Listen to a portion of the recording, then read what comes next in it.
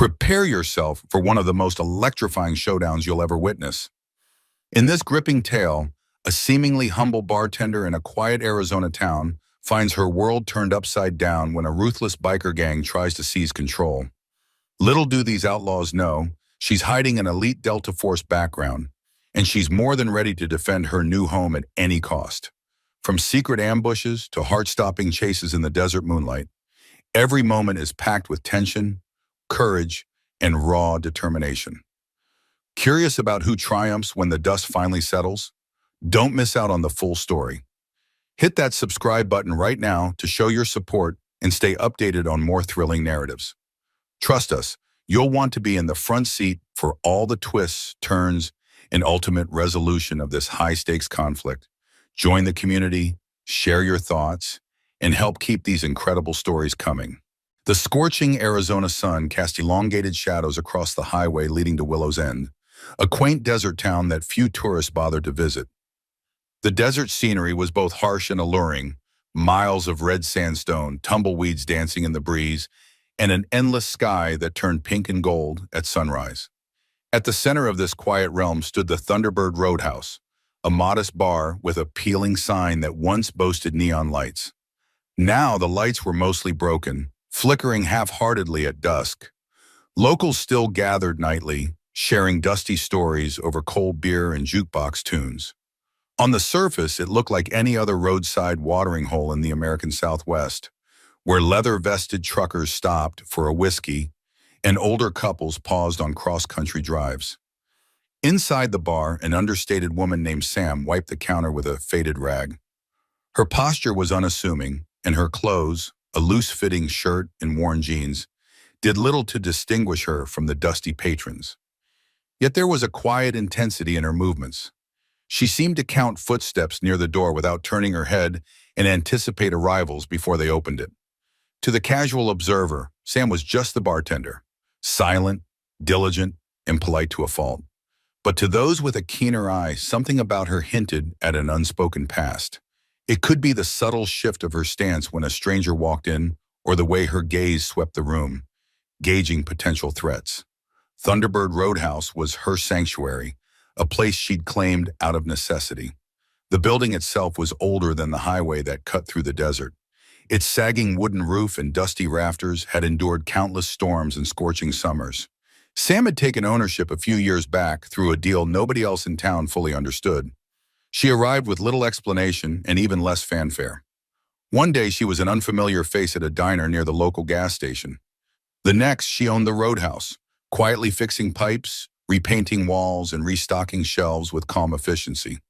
When she finally opened for business, the townsfolk took a curious interest, but her polite smile and spare conversation soon quelled any rumors that she might be trouble. Despite her reticence, Sam was far from unkind. She'd nod in greeting to each customer, offer a sympathetic ear when regulars griped about the desert heat or local politics, and sometimes slip a free drink to Old Man Fletcher, a retired mechanic whose pension never stretched far enough. Small gestures like these endeared her to the community, and people found comfort in her steady presence. She never pried into anyone's personal life, and in return, no one pried into hers, at least not openly. Over the last few months, however, rumors had swirled about a biker gang roving the highways. They called themselves the Stone Jackals, or so folks whispered. They made their presence felt in other small towns, sometimes pushing local businesses to pay for protection. While they hadn't appeared in Willow's End yet, a creeping sense of unease settled in the hearts of those who heard the stories. Strangely, Sam grew more watchful whenever talk of the Stone Jackals arose. It was a slight tightening of her jaw, a flicker in her cool gray eyes. To anyone who noticed, it was as if she already knew they would come, like she was preparing for a storm only she could sense. On a blistering afternoon, Sam leaned her hip against the bar, scanning the room with a measured look. Regulars filled their usual seats. Fletcher hunched over his beer at the far end, Pearl the waitress from a nearby cafe nursing a soda, and a small group of ranch hands sharing raucous laughter in a corner booth. Outside, cicadas droned in the heat. The jukebox sputtered an old country tune, its speakers crackling with age. Despite the friendly chatter, Sam felt a certain tension stretching through the air, as if the entire town was collectively holding its breath. The rumor of the stone jackals had spread quickly, and speculation about what they might do if they arrived in Willow's End had become a common topic. Some folks expressed bravado and "let them come, we can handle ourselves," they'd declare with forced confidence. Others merely shrugged and said they'd believe it when they saw it. Sam's dark hair was pulled back into a neat ponytail, revealing the faintest scar near her temple, one of the many hidden stories etched into her skin. She noticed Pearl staring at it curiously, but the waitress looked away before saying anything. Sam had grown accustomed to these lingering glances. People sensed an aura of danger around her, as if she carried unseen baggage. Yet no one pressed her about it. In a place like Willow's End, personal histories were best left to unravel in their own time. That afternoon, the gossip about the stone jackals was abruptly overshadowed by a different commotion.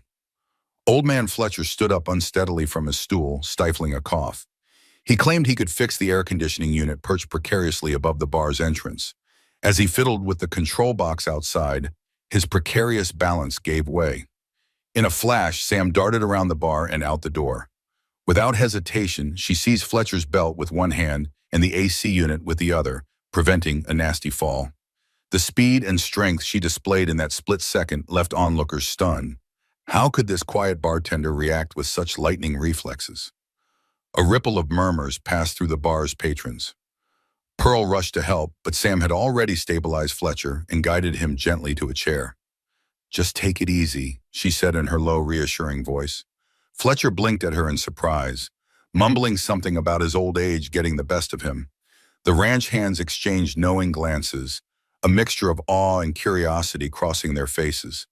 For Sam, it was just another moment where her hidden capabilities emerged unbidden. She had tried so hard to live beneath the radar, to blend into the background. Yet sometimes instincts took over before she could think twice. She silently returned to her post behind the bar, grabbing a glass of water for Fletcher and setting it before him. If anyone wanted to ask questions about her swift reflexes, they held their tongues. Instead, the conversation drifted back to the usual topics: hay bales, weekend rodeos, and the dryness of the season. But a quiet sense of admiration lingered in the air. Sam herself felt torn between relief and anxiety. Every time she revealed a sliver of her old self, she risked drawing more attention than she wanted. Yet she couldn't help but step in when someone needed her help. Deep down, she suspected it was only a matter of time before bigger challenges arrived at her doorstep. Later that evening, long after the sunset bled fiery orange into the horizon, the Thunderbird Roadhouse remained a small oasis of light in the surrounding darkness. The hum of neon was broken and intermittent, but a few lamps illuminated the gravel parking lot. The night air, cooler than the day's searing temperature, invited a handful of customers to linger outside, sipping beer and gazing at the sprawling scamping. Beyond the edges of town, the desert expanded into a moonlit tapestry of cacti and stone formations. Inside, Sam methodically cleaned the counter and tallied the day's receipts. Her eyes occasionally flitted to the entrance whenever the door creaked. Most of the patrons had headed home, but a couple of stragglers still occupied a booth, chatting in hushed voices. On evenings like this, Sam found a strange sense of solace in the routine tasks of closing the bar. Wiping tables, restocking shelves, and checking the locks had a calming, meditative quality that helped her quiet the echoes of her past. Still, the memory of her sudden burst of speed earlier that day bothered her. She wondered if she had been too reckless in revealing her reflexes. In her old life, such an act would have been unremarkable. She was expected to move swiftly, to anticipate danger and protect her team. Here, in Willow's End, such agility drew attention, curiosity, perhaps even suspicion. Sam paused, staring at her reflection in the bar's antique mirror. In the dim light, she saw a worn face with eyes that had seen too much. She took a breath, reminding herself that the kind-hearted townsfolk had no real reason to suspect the truth behind her practiced calm. A creak from the front door pulled her from her thoughts. In stepped a figure unfamiliar to her, a tall man in a leather vest, the insignia on his chest matching the rumors, a stylized jackal's skull. Her pulse quickened, though she kept her face neutral. The man surveyed the nearly empty bar, paused on Sam for a moment, then drifted over to a table in the corner.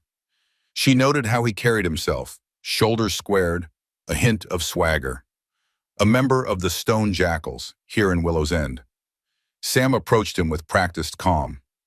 "What can I get you?" she asked, voice steady. The man smirked, scanning the room again before meeting her gaze. "Whiskey," he replied curtly. Sam nodded and poured him a glass. She set it down without comment and waited a moment. He watched her carefully, as if trying to read the person standing before him. After a tense silence, he took a sip and said, "Name's Boyd. I hear this town's got some interesting folks." Sam offered a non-committal shrug. "We're a quiet bunch." Boyd's eyes narrowed, noticing perhaps how Sam's posture was a bit too controlled. Yet he said nothing else. Sensing he wasn't in the mood for small talk, she returned to her tasks, never letting him slip out of her peripheral vision. Time seemed to stretch as he finished his drink. When he finally rose to leave, he tossed a few bills on the table and flashed a crooked grin. "Might be back soon," he said.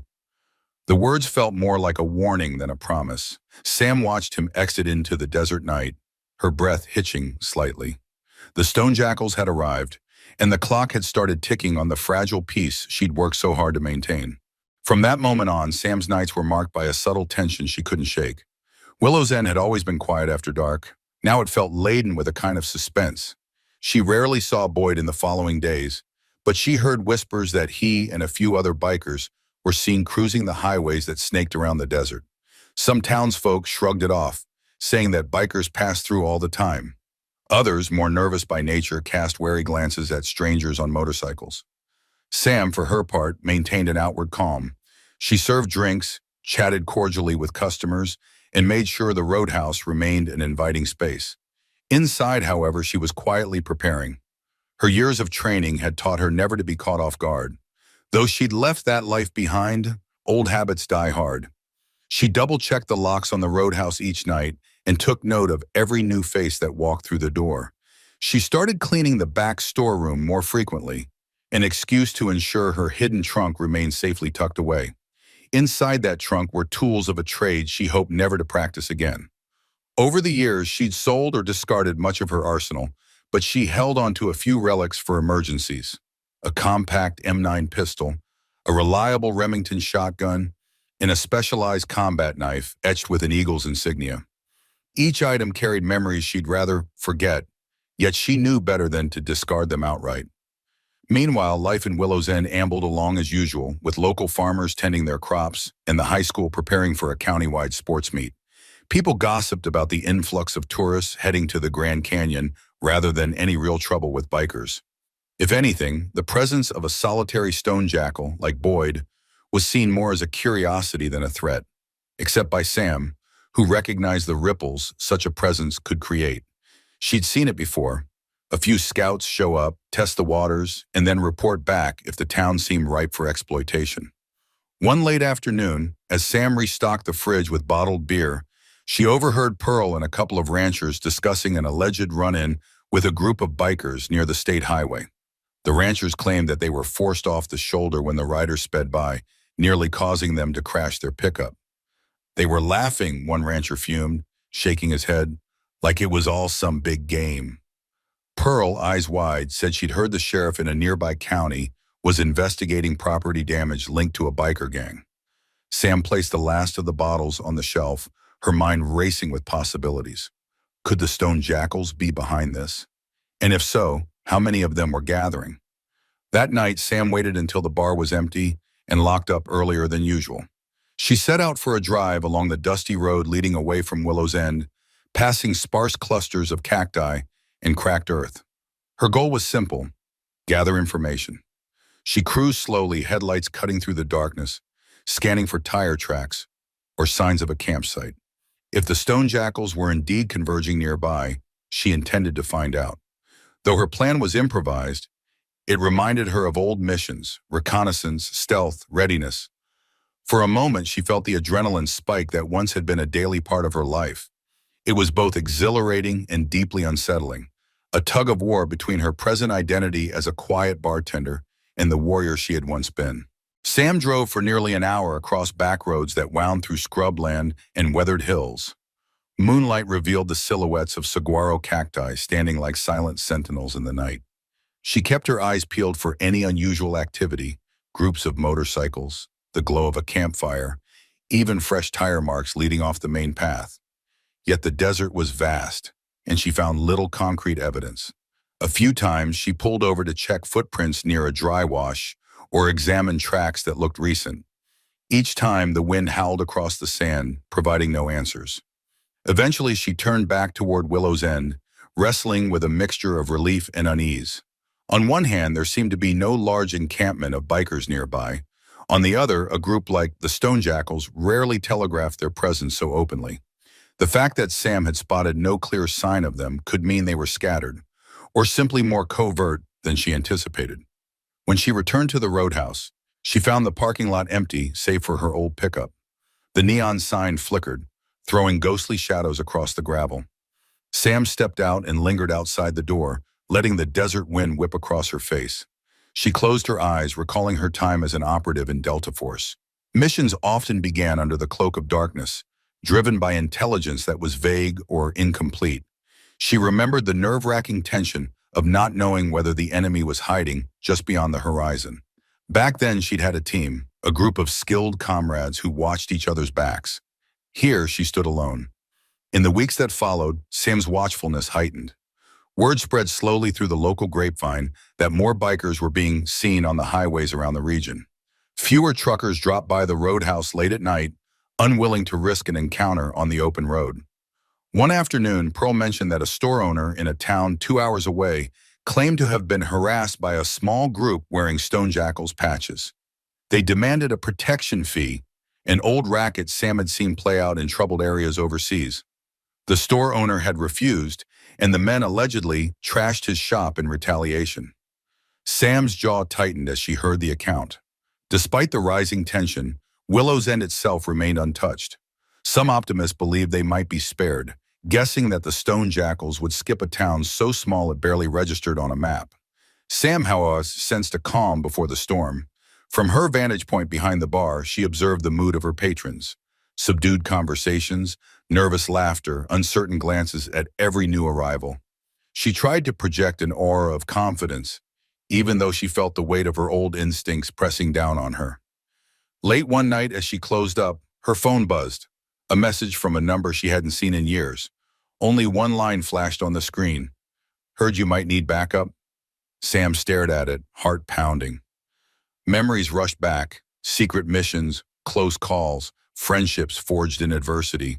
She typed a measured response. Not yet. Though she had pushed away her old life, it seemed her old life hadn't entirely let go of her. She watched the message send, feeling the odd comfort of knowing she was not as alone as she sometimes feared, but also the dread that she might need to call upon those connections sooner than she cared to admit. As the days turned into weeks, Sam found herself growing ever more protective of the roadhouse and the people who frequented it. She reinforced the back door's locking mechanism, installed a simple security camera that she concealed under the eaves, and discreetly tested the lights in the parking lot to ensure they wouldn't fail in an emergency. To the casual observer, her actions were simply those of a cautious business owner, and no one questioned her diligence. Still, the sense of unease in Willow's End grew more palpable. Even those who scoffed at the rumor of a biker gang started locking their doors at night. The tension finally broke one afternoon when a small group of Stone Jackals thundered into town. A handful of motorcycles rumbled down Main Street, drawing stares from every shop window. Dust and gravel sprayed behind them as they pulled up in front of the Thunderbird Roadhouse. Sam spotted them through the window, her breath hitching for the briefest moment. There were 4 of them, each wearing the telltale leather vest with the snarling jackal skull logo. Leading the pack was Boyd, the man who'd come in for a whiskey that first night. With grim resolve, Sam placed a dishcloth over her shoulder and stepped outside before they could even dismount. She noted the immediate hush that fell over the handful of locals on the street. Boyd took off his helmet, shaking out his greasy hair. "Afternoon," he drawled, eyeing Sam with a predatory smirk. The other bikers stared at her, their expressions ranging from bored to openly menacing. Sam remained calm, her eyes cool and steady as she asked, "You looking for a drink?" Boyd chuckled, swinging his leg off the bike. "We might be looking for more than that," he said, gesturing vaguely at the bar. "Heard this place makes for a good hangout spot. Might want to..." expand our interest here. The innuendo was clear. Sam forced a polite smile. We're open if you want to come in, but no trouble. Her tone was casual, but there was an unmistakable edge to it, a warning that caused one of the bikers to give her a second, sharper glance. Boyd tilted his head, a flicker of curiosity crossing his face. And if we're not here just for a drink, he asked. The silence that followed was thick with unspoken threats. Sam didn't waver. Then I'd ask you to leave, she answered simply. The tension was electric, but after a beat, Boyd burst out laughing. Come on, boys, he said, slapping one of his men on the shoulder. Let's sample the hospitality. With that, they strutted into the roadhouse, their heavy boots echoing on the wooden floor. Sam trailed behind, her mind working overtime. She hated confrontations, but would not be intimidated. The handful of patrons inside immediately grew silent upon seeing the biker gang enter, and she could feel the fear rolling off them in waves. She walked behind the bar, standing tall. Name your poison, she said, reaching for clean glasses. Boyd leaned forward, locking eyes with her. A round of whiskey, he said. Then with a grin that hinted at trouble, he added, let's see if your place can handle us. Sam glanced at his smirking companions and maintained her composure. Inwardly, her adrenaline soared. She could almost sense the storm brewing, and for all her attempts to stay anonymous and peaceful, she knew a confrontation was inching ever closer. Inside the Thunderbird Roadhouse, tension hung thick as Sam poured whiskey for the bikers. Boyd and his men took a table near the window, shoving chairs aside and speaking in low, mocking tones. The handful of regulars, uneasy under the newcomers' gaze, paid their bills and left one by one. Even Pearl, who usually stayed until closing, made a quick exit, whispering a worried goodbye to Sam before hurrying out the door. Soon, the only people left were Sam behind the bar and the four stone jackals. Sam placed the whiskey glasses on a tray and carried them over. On the house this time, she said flatly, hoping it might diffuse the situation. Boyd raised an eyebrow, then smirked. Generous, he commented. One of his companions, a stocky man with a scar running down his neck, downed his shot in one gulp. Why so quiet, bartender? He taunted. You afraid of us? Sam gave him a measured look.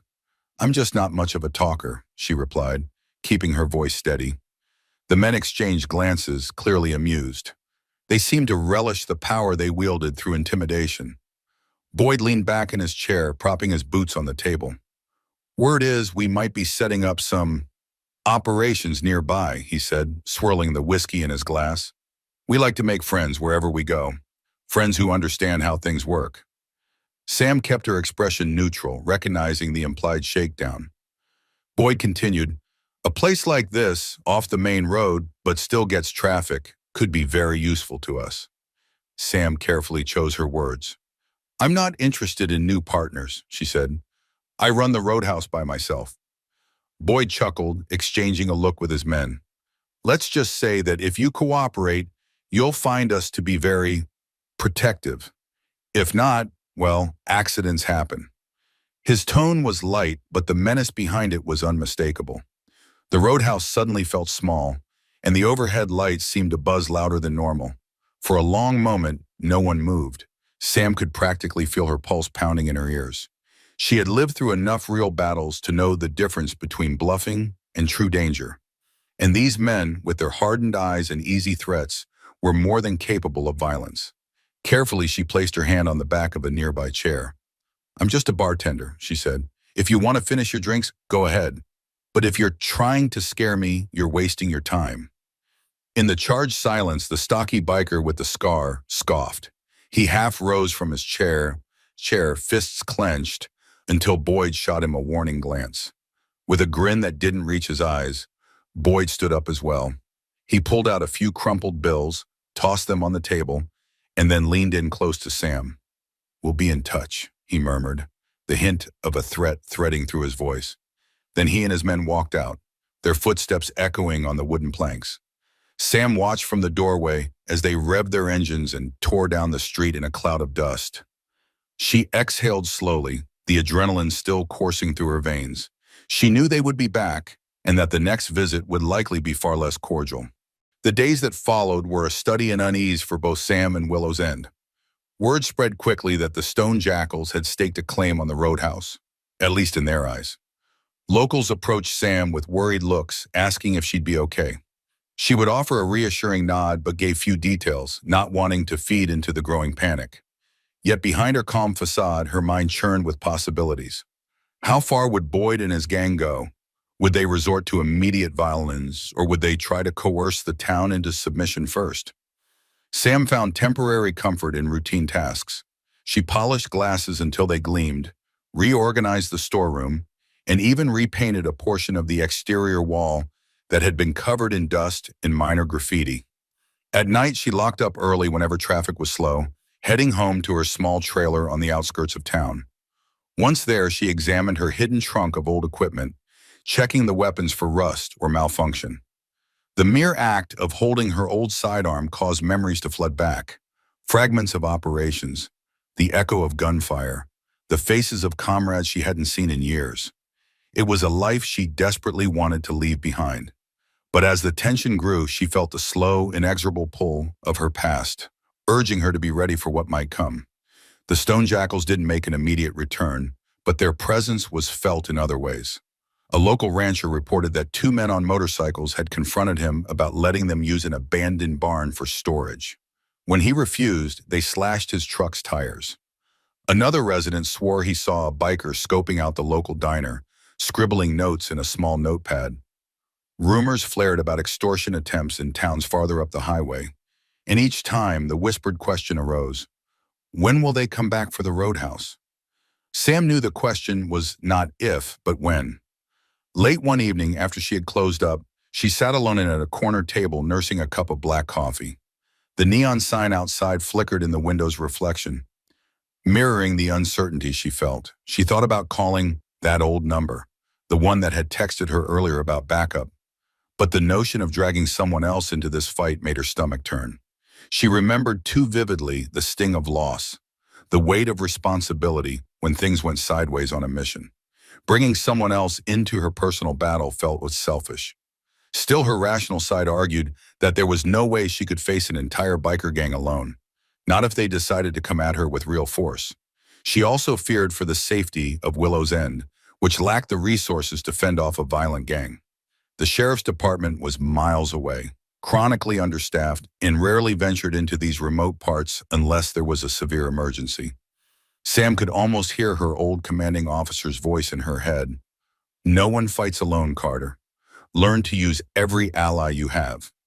The next morning, she made the decision. Slipping into her truck, she drove to a spot where cell reception was strongest and pulled up the message on her phone. Heard you might need backup? Her fingers trembled as she typed, could use some extra eyes on this. Let me know if you are free. She hesitated, then pressed send. Her heart pounded, knowing there was no turning back now. She had just opened a door to her past, hoping it might help protect her present. The reply came faster than Sam anticipated. Early the following day, her phone buzzed while she was unloading a crate of bottled water. The message read, in the area, I'll be in touch. No name, no signature, just a terse confirmation. Sam's heart thudded in her chest. She slipped the phone back into her pocket, scanning the bar to ensure no one had noticed her momentary lapse in composure. The roadhouse was quiet at this hour, and she intended to keep it that way. If help was coming, she didn't want the whole town to know, nor did she want to tip off the stone jackals. For the next few days, Sam went about business as usual, though her mind buzzed with speculation. Who had answered her call? She had reached out to a single number that belonged to a trusted contact from her Delta Force days, a man codenamed Hawk. He'd been a skilled sniper and close-quarters specialist, known for his stoic demeanor and unwavering loyalty to his team. But the message that arrived could have come from anyone in her old circle. The unspoken vow among them was that if one ever reached out, the others would do what they could. That bond had been forged in the crucible of life-threatening missions, and it was not easily broken. Meanwhile, the stone jackals continued to stir up trouble in the region. A few towns over, a diner was vandalized and spray-painted with the gang's insignia. In Willow's End, a local rancher discovered one of his fences cut, allowing cattle to wander loose. Though no one had concrete proof it was the bikers, the timing felt too convenient to be a coincidence. People whispered that the roadhouse might be the next target, given that Sam had supposedly disrespected Boyd by refusing to cooperate. Tension simmered like a pot on the verge of boiling over. Late one evening, Sam stepped outside for a breath of fresh air after closing. The desert sky glittered with stars, a stark contrast to the turmoil she felt. A distant rumble of motorcycles echoed, but she couldn't see headlights on the horizon. Still, she tensed, hand drifting subconsciously to her waist as though searching for a holster that wasn't there.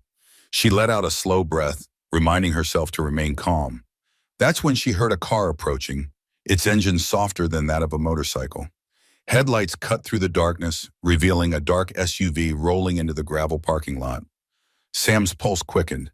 She'd never seen that vehicle before. Her instincts flared, and she eased her stance, ready for anything. The driver's door opened, and out stepped a figure clad in jeans and a leather jacket, no gang insignia visible.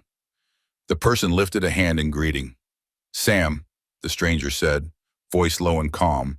In the dim light, she recognized the silhouette, the face partially obscured by the SUV's glare. A swirl of emotions, relief, anxiety, gratitude, washed over her.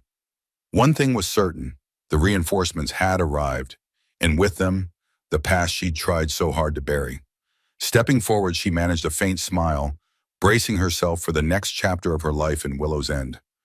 Part of her feared what might come next, but another part, the soldier she had once been, felt a surge of resolve.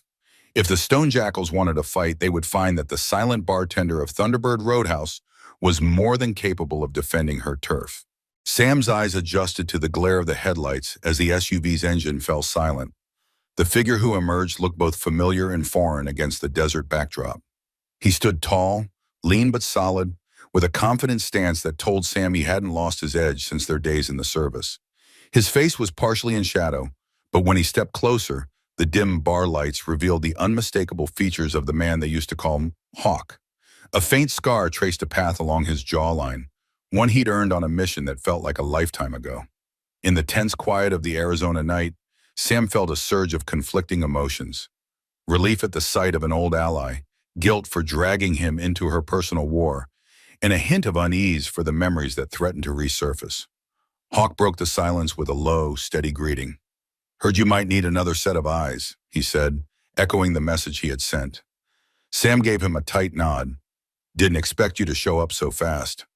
Hawk shrugged, casually surveying the roadhouse's gravel lot. "I was already in the region, doing some contract work. Didn't think twice when I got your text." He spoke quietly, as though his presence here was meant to be a secret kept from the entire world. His gaze drifted to the flickering neon sign of the Thunderbird Roadhouse, taking in the peeling paint and dim lights. "Nice place you've got. Reminds me of some of those outposts we set up overseas. Isolated, but strategic if used right." Sam managed a wry smile, remembering how adept Hawk had been at sizing up terrain and defenses. He could transform any dilapidated building into a fortified stronghold with just a few sandbags and barbed wire. She gestured toward the roadhouse door. "Come inside," she said, unlocking it again, even though she'd closed for the night. "Might as well talk where it's private." The pair stepped in and Sam flipped on a single overhead light that bathed the bar in a gentle glow. Hawk walked around slowly, scanning corners and doorways with the air of a professional. Sam felt oddly self-conscious, as though the roadhouse and the quiet life she had built were now under a microscope. "I've kept it low-key," she explained. "Didn't want to raise suspicions." Hawk nodded. "Smart. But if the situation's as serious as you hinted, we'll need to make some adjustments." He paused, pulling out a bar stool and sitting down. "Tell me about these bikers." Sam leaned against the counter, crossing her arms over her chest. She recounted everything, from the first encounter with Boyd to the rumors of extortion and vandalism in nearby towns. Hawk listened intently, the occasional twitch in his jaw betraying his concern. When she finished, he exhaled, tapping the bar lightly with his fingertips. "Sounds like a classic intimidation campaign," he said. "They'll keep pushing until they either get what they want or someone forces them to back down. And by someone, I'm guessing they won't respect the local sheriff." Sam let out a mirthless chuckle. "The sheriff's department is too far away, too understaffed, and these guys know that." She paused, searching Hawk's face. "I didn't call you because I wanted a fight. I just needed to be ready." Hawk nodded. "Understood. You're not alone anymore. But if we're going up against a real gang, We might need more than just the two of us. Let's see how deep their operation runs, then decide our next move." Sam pressed her lips together, silently acknowledging the gravity of the path they were about to tread. The roadhouse suddenly felt both comforting and vulnerable, a symbol of the new life she'd tried to build, now threatened by ghosts from the past and predators in the present. Over the next few days, Hawk slipped inconspicuously into Willow's End, taking up temporary residence in a rundown motel on the outskirts of town. He paid in cash, used an alias at check-in, and introduced himself to curious neighbors as an out-of-towner on a short business trip. With Sam's quiet assistance, he began a systematic reconnaissance of the area, looking for any signs of stone jackal activity. Willow's End wasn't large, but its remote location and network of branching roads made it an ideal spot for a gang to hide, regroup, or funnel illicit goods. Each morning, Hawk would circle the highways in an old sedan he'd borrowed from a contact in a neighboring county. Nothing flashy, just a forgettable four-door that blended in. He noted tire tracks, observed outlying properties, and even struck up idle conversation at a local diner 2 towns over, where rumors suggested a group of bikers had been spotted. Meanwhile, Sam kept the Thunderbird Roadhouse running as usual, though her nerves were on edge. Every clang of a motorcycle engine in the distance made her tense. Each new customer who wore leather or had a rugged demeanor set her on high alert until she determined they were harmless travelers. She kept her old M9 pistol locked in the back office, ensuring it was clean and loaded. The shotgun and combat knife stayed hidden in her trailer for now, but the knowledge of their proximity provided a measure of comfort. Hawk spent his evenings at the Roadhouse, always arriving at different times, never staying long enough to arouse suspicion. He'd nurse a single beer, chat casually with Sam at the bar, and then slip out. Their conversations were coded, peppered with references to shipping delays or supply chain issues whenever they needed to talk about the bikers. In the corner of the Roadhouse, an old security camera quietly recorded footage that Hawk would later review. Sam had upgraded the camera's angle, ensuring it covered the parking lot and the main road. One afternoon, Hawk returned from his scouting looking unusually grim. He signaled Sam with a subtle nod as he walked into the bar, which was nearly empty at this hour. Taking a seat far from the few customers present, he sipped his drink in silence until Pearl, the local waitress, left. Then Sam approached, speaking under her breath. "Find something?" Hawk tapped the rim of his glass. "Couple miles out, there's an abandoned service station. Looks like someone's been staying there. Saw fresh tire tracks, some cigarette butts, maybe a small group. Also found a stone jackal patch on the ground near the entrance. Probably torn off someone's vest. Could be they're using it as a meetup spot." Sam's heart sank. The idea of a hidden biker hideout so close to Willow's End was unsettling, to say the least. "Any sign of heavy weapons?" she asked quietly. Hawk shook his head. "Not yet, but these guys are too organized for a handful of pistols and knives. I'm betting they have a stash somewhere." They lapsed into silence as a local rancher ambled to the bar, tipping his hat politely to Sam before placing an order. Once the man left with his beer, Sam murmured, "We can't let them get a foothold here.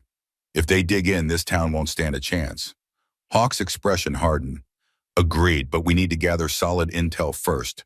Who their leader is, where they store their weapons, how many men they've got on standby.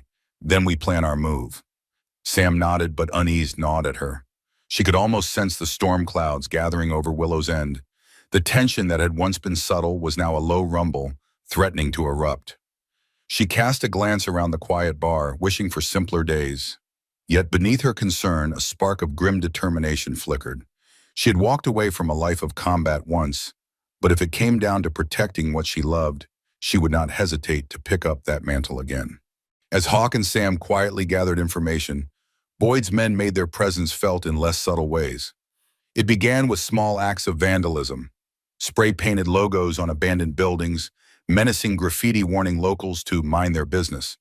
Trash bins were overturned along Main Street late at night, giving the previously tidy thoroughfare a sense of disarray by morning.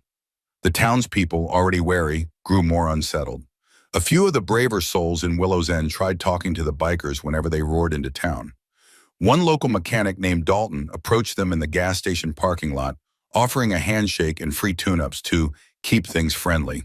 He was met with mocking laughter and a sneered reply that they didn't need a desert hick telling them how to handle their machines. And another day, Pearl timidly offered the group a free slice of pie at the cafe, hoping kindness might soften their demeanor. They responded by leaving her a measly tip of a few pennies, scattered across the counter in a silent insult. Each incident, though small on its own, painted a picture of simmering hostility. Sam watched from the roadhouse windows, from behind the bar, and sometimes from Hawk's borrowed sedan as they scouted the outskirts. The bikers seemed to operate in small packs, 3 or 4 at a time, rarely showing their full strength but always hinting at the bigger force behind them. One evening, just as Sam was preparing to close, Boyd himself strode into the bar, reeking of whiskey and swagger. He plopped down at a table with so much as a greeting. His eyes were bloodshot, and the corner of his mouth twitched with a half-formed smile that didn't reach his eyes. Sam approached cautiously. "We're closing soon," she said in a level tone. "Last call."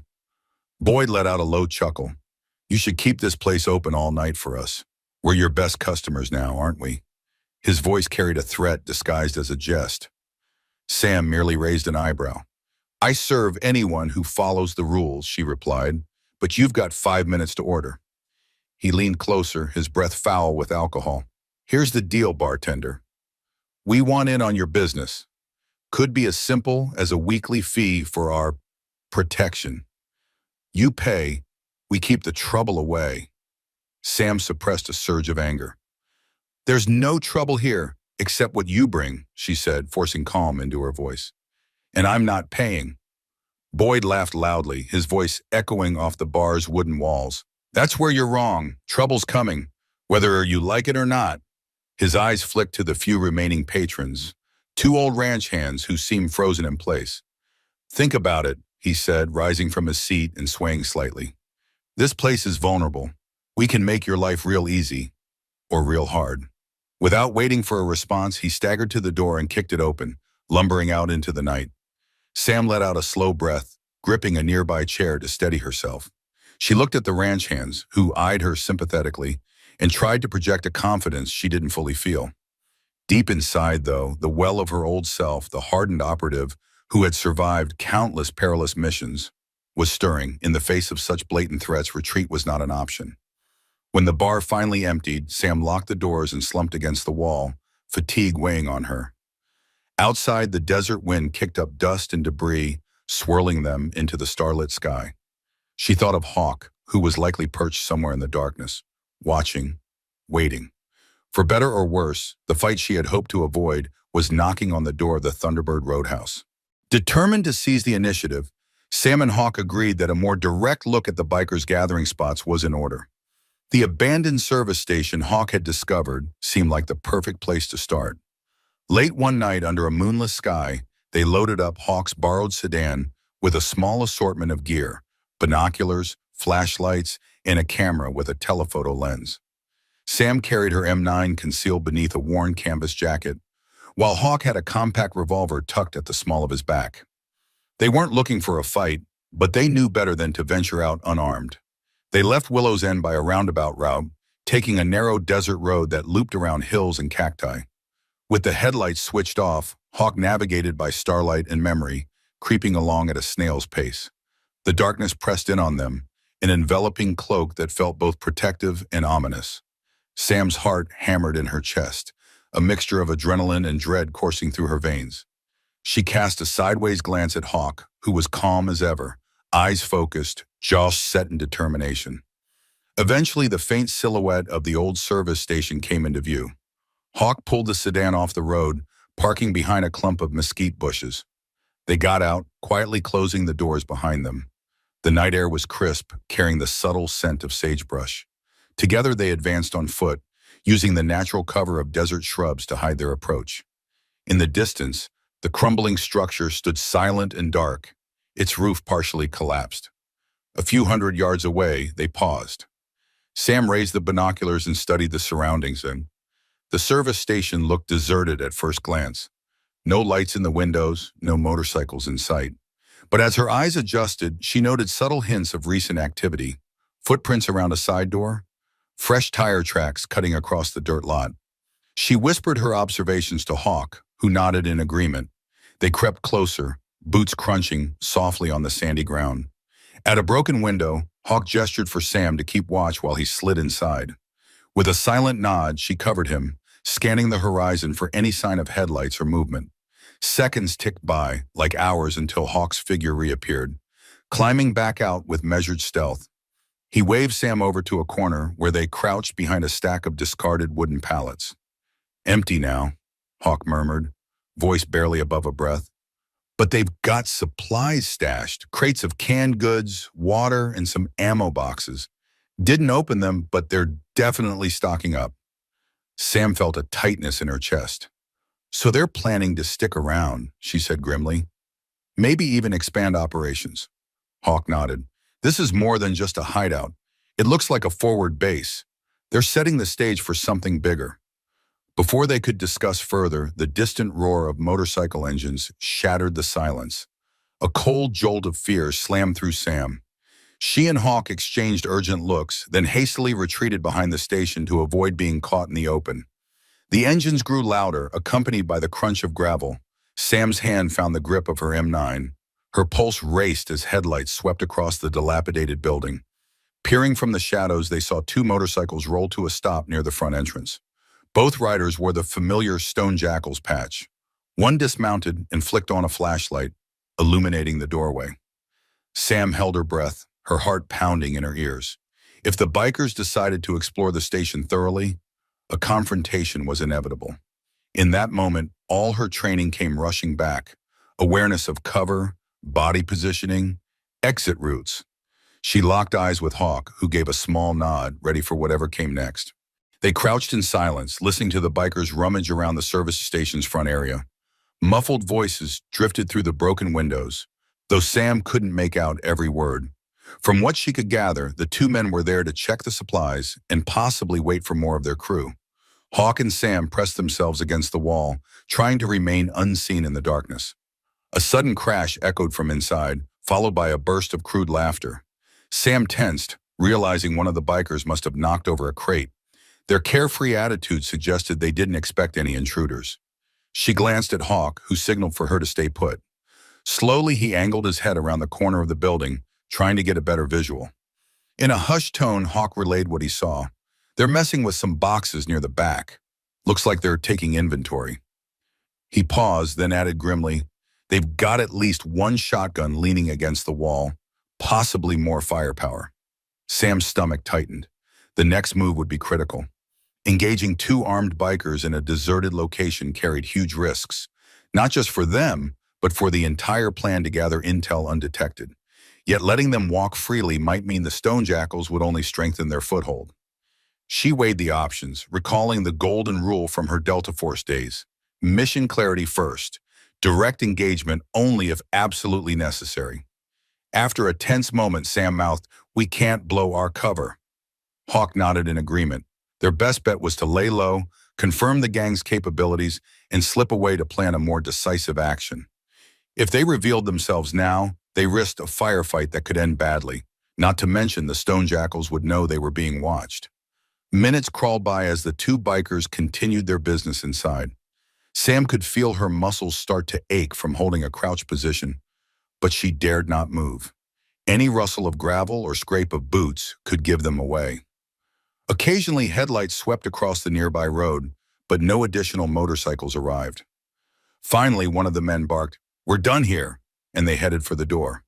Hawk and Sam flattened themselves against the exterior wall as the bikers emerged. The faint glow of the flashlight passed just a few yards away. Sam held her breath, gripping her pistol so tightly that her knuckles burned. She could practically smell the stale cigarette smoke clinging to the men's leather vests. "Let's roll," one biker muttered, tossing the flashlight beam around before clicking it off. Engines roared back to life, and the motorcycles rumbled out of the lot, their red taillights receding into the darkness. Sam exhaled shakily, relief washing over her. For a moment, neither she nor Hawk spoke, as if unwilling to break the spell of silence. When they finally moved, every muscle protested. Still, they crept back inside the station. more cautiously this time to glean whatever they could without disturbing the biker's stash. Hawk snapped a few discreet photos with his phone, capturing images of stacked crates labeled with various brand names. Then they made their retreat, slipping back into the desert night. Only after they reached the sedan, hearts pounding with residual adrenaline, did they dare to speak above a whisper. "They're better organized than we thought," Hawk said, starting the engine with care to keep the noise minimal. Sam nodded, breathing heavily. "And they're ready to escalate." She gazed at the ruins of the service station as it dwindled in the rearview mirror. The sense of foreboding she'd felt before had solidified into a grim certainty. The stone jackals weren't just passing through, they were planting roots. And that meant all-out conflict was only a matter of time. Back in Willow's End, Sam and Hawk convened late at the roadhouse to discuss the night's findings. Sam locked the doors and flipped a handwritten close sign, even though it was well past operating hours. The interior was dimly lit by a single lamp near the bar, casting long shadows that danced across the walls. Outside, the wind had picked up, rattling the windows and kicking up a haze of dust under the moonlight. Hawk laid his phone on the bar, flipping through the pictures he'd taken at the service station. Grainy images revealed crates of supplies, boxes marked with ammo company logos, and a few battered shelves lined with canned food. "This isn't just a hideout," he reiterated. "They're establishing logistics. Hard to say how many are involved, but it's more than a handful of troublemakers." Sam nodded, eyes fixed on the screen. "Makes sense. They've been testing the waters in town, pushing boundaries to see how we react. Soon enough, they'll either try to seize control outright or coerce everyone into compliance." She set down a steaming mug of coffee, though her stomach was too knotted to appreciate it. They spent the next hour strategizing. Hawk recommended reaching out to local law enforcement, but Sam shook her head. "Sheriff's Department doesn't have the manpower. And if we alert them without solid proof of criminal activity, they might just do a token patrol." She sighed, rubbing her temples. "These guys are slippery enough to lay low whenever the cops come around. As soon as the patrol leaves, it's back to business." Hawk leaned forward, voice dropping. "We need to draw them out, or at least expose what they're doing. If we can gather undeniable evidence, maybe we can rally the town or get a state-level task force involved." He paused, glancing around as though the bar itself might be listening. "Alternatively, we can take a more direct approach." Sam grimaced. "You mean sabotage, hitting them before they can fully entrench." She walked around the bar, running a hand along its polished surface. "I don't want a war zone in Willow's End. People could get hurt." "People will get hurt if we do nothing," Hawk countered gently. His gaze was unwavering, a look Sam remembered from missions where moral ambiguity weighed heavily on every decision. "We might not have to go in guns blazing, but we could disrupt their supply lines, make it harder for them to operate. Maybe sabotage that station enough that it can't be a base." Sam pressed her lips into a thin line. Memories of covert ops flickered through her mind. Infiltration, planting charges, slipping away under cover of darkness. She'd done it before, successfully. But that had been in combat zones on the other side of the world, wearing the uniform of a soldier. This was supposed to be her retirement, her peaceful refuge. "Let me sleep on it," she finally said. Hawk nodded, respecting the internal battle raging within her. He took one last sip of coffee and rose from his stool. "Get some rest. I'll poke around tomorrow, see if any of my old contacts can help." Sam locked the door behind him and stood for a moment, listening to the wind howl outside. The roadhouse felt emptier than usual, as though anticipating a coming storm. She retreated to her small office, sitting in the dark for a long while, wrestling with the reality that her quiet life was slipping through her fingers like desert sand. If there was a line between soldier and civilian, it was quickly blurring, and she wasn't sure how much longer she could avoid crossing it again. Morning arrived with a sharp, cool breeze and a sky streaked with pale pink clouds. Sam awoke in her trailer, feeling as though she hadn't slept at all. As she got ready for the day, her mind churned through the events of the previous night. The tension weighed so heavily on her that even the routine act of brewing coffee felt surreal. Stepping outside, she found the desert landscape unusually still. The faint smell of creosote lingered in the air, and distant mountains loomed under the early sun. She drove to the roadhouse, her eyes scanning every side road for a glimpse of motorcycle headlights. Though the streets of Willow's End remained relatively quiet, she couldn't shake the feeling that the stone jackals were coiled nearby, ready to strike. Inside the Thunderbird Roadhouse, Pearl was already bustling about, wiping down tables in preparation for the lunch rush. She wore a forced smile, but Sam could tell something was off. "Morning," Sam greeted, setting her keys on the counter. Pearl nodded, glancing out the window. "Strangest thing happened earlier," she said, lowering her voice. "I saw a couple of those bikers cruising down Main Street. They didn't stop anywhere, just looking around, almost like they were casing the place." Sam's stomach knotted. The gang was escalating their surveillance, presumably checking how the town would react. She thanked Pearl for the heads up, then set about her chores, though her thoughts were elsewhere. Every clatter of a glass or scrape of a chair made her flinch, ears keyed to the possibility of confrontation. Near midday, Hawk slipped in through the side entrance. He grabbed a seat at the far end of the bar, feigning a casual visitor's demeanor.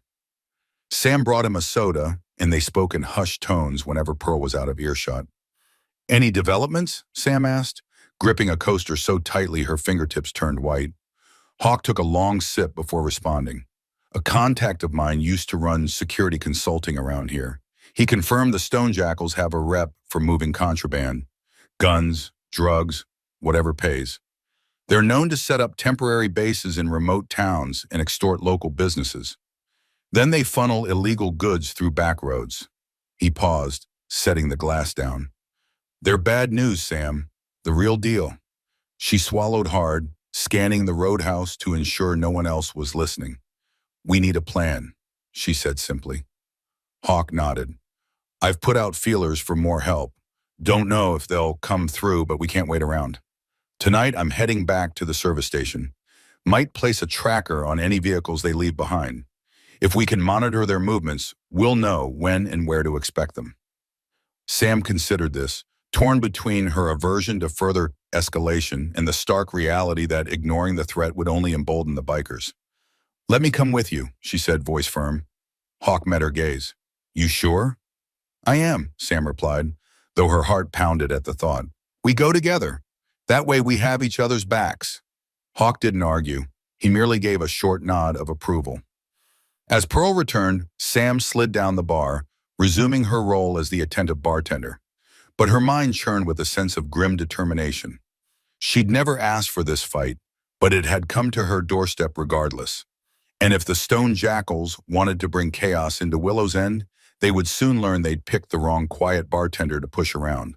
That evening, the sun dipped low on the horizon, painting the sky in bands of orange and violet, as Sam locked the roadhouse doors earlier than usual. She left a note for Pearl, stating they would be closed for maintenance the next morning. In truth, she wanted no one around who might stumble into danger. Hawk arrived right at closing, dressed in dark, non-reflective clothing. Sam had done the same, opting for black jeans and a hooded jacket. "We'll take my pickup," she said, leading him to the aged but reliable truck parked behind the building. It bore scuffs and dents from years of desert travel, but it was less conspicuous than Hawk's borrowed sedan. They tossed their gear onto the bench seat, binoculars, a small toolbox containing the GPS trackers Hawk had acquired, and a few other essentials in case things went south. Sam also brought her M9, safely holstered at her side. The drive out to the service station was tense and quiet, neither of them eager to break the silence that felt like a shield against the unknown. Stars began to speckle the sky, and the moon, though not full, offered enough pale light to reveal the desert's contours. Sam fought down the memories of past missions that crowded her mind. Late-night raids, the hum of helicopter blades, the whispered commands of her team leader. She was in Arizona, not a foreign war zone, she reminded herself, but the stakes felt no less real. They approached the station from the opposite side this time, parking farther away behind a rise in the terrain. "We walk from here," Hawk murmured, cutting the engine. The two climbed out, the quiet scraping of boots on dirt sounding unnaturally loud in Sam's ears. A breeze carried the scent of dry sage and dust across the expanse. Their plan was simple. Hawk would plant trackers on any vehicles, while Sam kept watch for patrols or unexpected arrivals.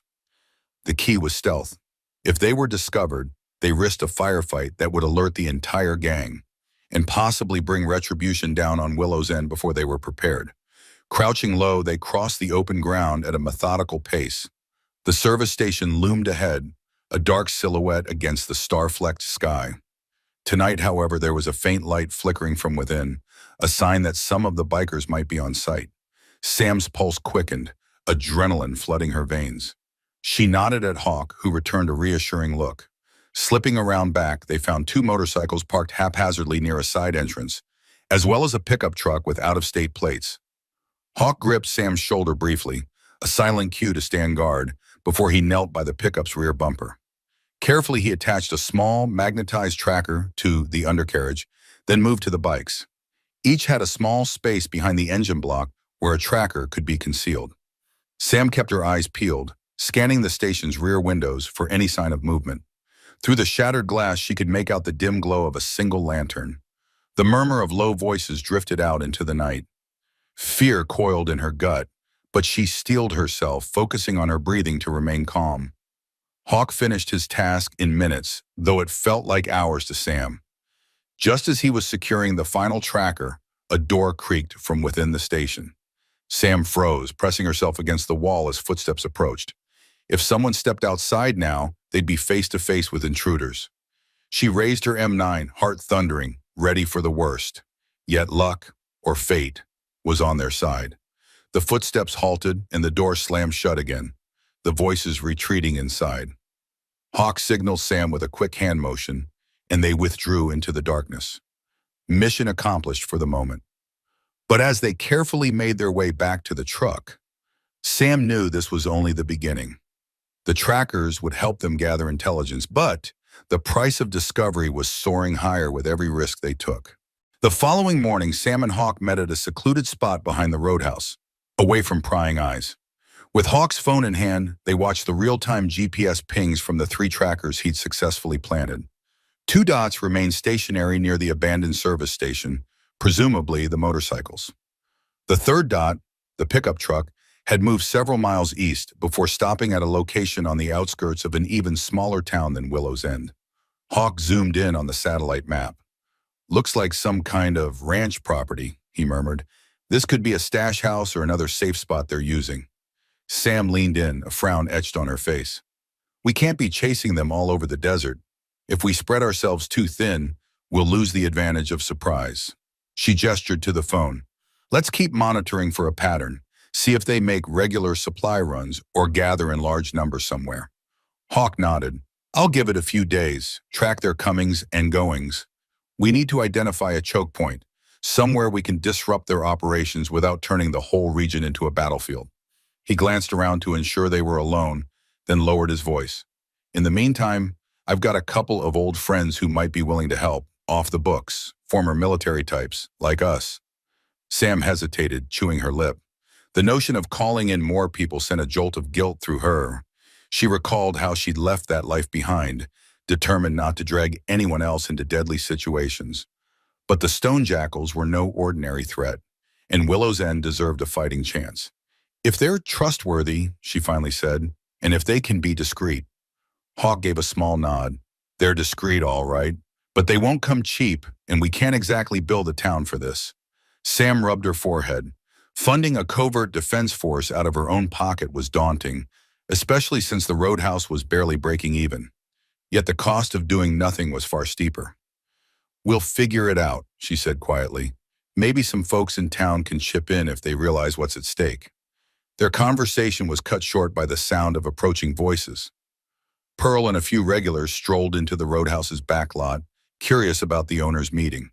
Sam and Hawk slipped into casual mode, exchanging small talk as if they were discussing inventory and repairs. But beneath the pleasantries, tension crackled like an unseen wire. As the day wore on, Sam tried to maintain business as usual. She served drinks, joked lightly with regulars, and even managed a brief smile or two. Yet every so often, she'd catch Hawk glancing at his phone, checking the trackers. Each time, her stomach twisted in anticipation. She imagined the bikers loading weapons or finalizing plans to strong-arm Willow's End. By late afternoon, a stillness settled over the bar. Sam found a moment to step outside, letting the desert sunlight wash over her. She inhaled deeply, the warm air filling her lungs, and thought about the tipping point she was fast approaching. The Stone Jackal's operation was bigger than she'd initially feared, organized, well-supplied, and relentless. If she didn't act soon, Willow's End would become just another casualty in their criminal expansion. Inside, Hawk quietly finished a phone call. He offered Sam a meaningful look, one she knew all too well. Reinforcements were on the way, lines were being drawn, and the time for half measures was rapidly slipping away. One thing was certain: the Roadhouse would not remain a mere bystander in this unfolding storm. In the week that followed, the unease in Willow's End grew as palpable as the desert heat.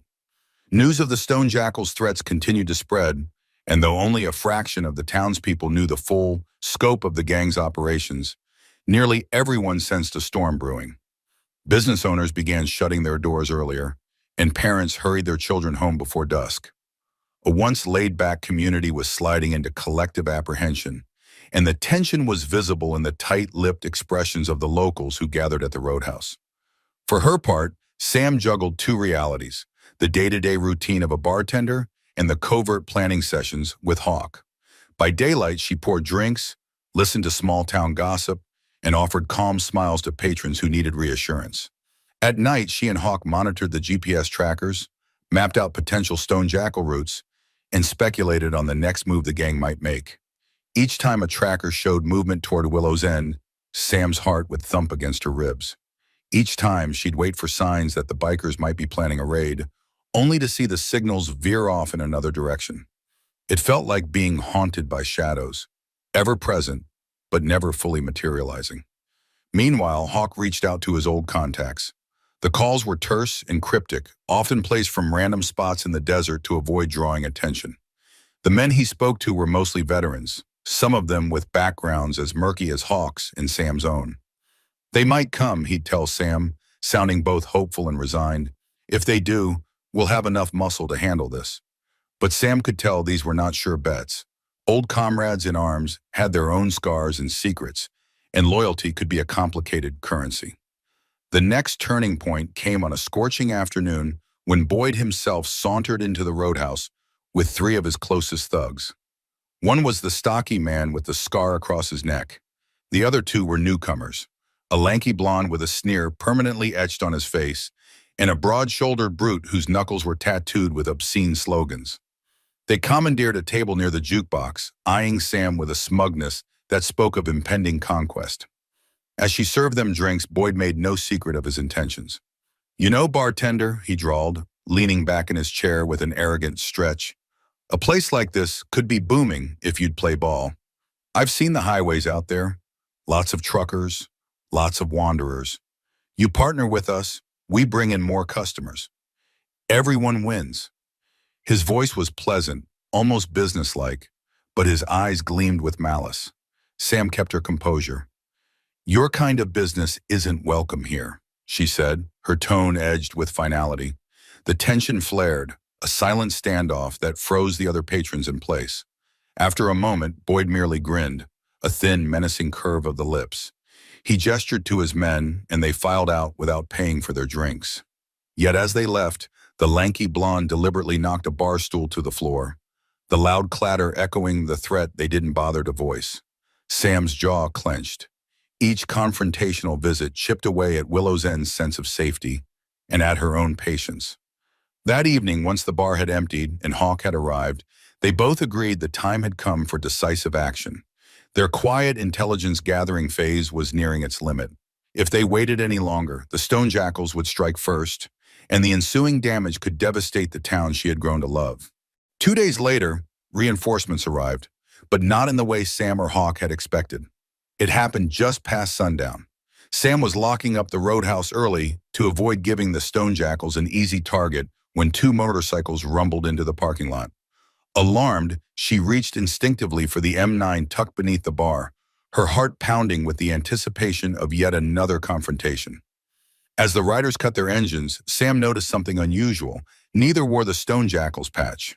Instead, their leather jackets bore small, subdued patches reminiscent of military units, though nothing overtly recognizable. One rider pulled off his helmet, revealing a salt and pepper beard and a weathered face. The other removed her helmet, revealing short-cropped hair and piercing eyes that scanned the surroundings with professional detachment. Sam hovered by the bar's entrance, ready for trouble. "Sam Carter?"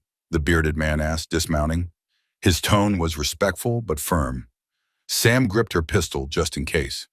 "Who's asking?" she said cautiously. The woman flashed a faint smile. "Call me Kane," she said, nodding to her partner. "This is Walker. Hawk told us you could use a hand." Relief flooded Sam, though she kept her guard raised. Hawk had mentioned reaching out to possible allies, but he hadn't confirmed who might show up. Apparently, these two had answered the call. They carried themselves with the calm confidence of those who'd seen real action, a demeanor Sam recognized all too well. She lowered her pistol, letting them inside. Over mugs of black coffee, everyone agreed to stay clear-headed. They discussed the stone jackals and the threat facing Willow's End. Hawk arrived midway through the conversation, clearly surprised but not displeased to find Kane and Walker already there. Hasty introductions were made, and soon the four of them were poring over hand-drawn maps and phone-based GPS data, planning how best to counter the gang's growing presence. Walker set his mug down, revealing a prosthetic hand, a relic from some past missions, violence no doubt. "We've got enough experience between us to handle a mid-sized gang," he said. "But we need to be smart. Can't just go in guns blazing and expect no collateral damage." Kane chimed in, her eyes flicking to Sam. "We've dealt with biker syndicates before. They thrive on intimidation. Take that away, and half their power vanishes. But we also need to cut off their supply lines, isolate them from whatever resources they've stashed in the desert." Sam listened intently. These were the sort of tactical discussions she used to have in briefing rooms thousands of miles away, not in a dusty Arizona bar. Yet she couldn't deny feeling grateful and a little reassured by the presence of skilled allies. She glanced at Hawk, who nodded approvingly, his respect for Kane and Walker evident. By the end of the night, they had a skeleton plan. First, isolate the stone jackals by sabotaging their makeshift base at the service station. Next, intercept their supply routes using the real-time tracker data Hawk had gathered. And finally, confront the core leadership, Boyd and his lieutenants, on turf the gang didn't control. Sam added one crucial condition. "We do this with minimal risk to the townspeople," she stressed. "If civilians get hurt, this operation fails, no matter how well we take down the gang." Kane and Walker agreed without hesitation. Hawk placed a hand on Sam's shoulder, silently signaling his solidarity. The four of them understood this was no simple job. It was a moral imperative, an effort to protect a quiet town that had become home to one of their own. And somewhere in the night, as desert winds howled across the empty roads, Sam felt the stirring of that old warrior spirit she had tried so hard to bury. A few nights later, Sam found herself crouched behind a tumbleweed-choked culvert near the abandoned service station. Hawk was on her left, Kane and Walker on her right. The plan was in motion: quietly infiltrate the station, sabotage the bikers' stored supplies, and place a few surprises that would make it difficult for the stone jackals to operate. Under the cover of darkness, they moved with practiced stealth. Walker carried a specialized toolkit for disabling vehicles. Kane had a small stash of homemade incendiary charges designed to destroy ammunition caches without blowing the entire station sky high. Hawk was armed with his usual sidearm, and Sam held her M9, each of them wearing earpieces so they could communicate without raising their voices. Drawing close to the station, they spotted a single motorcycle parked near the main entrance. "Likely a lookout," Hawk whispered, scanning the area with a pair of night vision goggles. Sam tensed, remembering their near-miss encounter a couple of weeks earlier. Yet this time they had the advantage of numbers and a plan. The group split into pairs. Hawk and Aimee circled around to the back, where they'd previously noticed a storage room crammed with crates.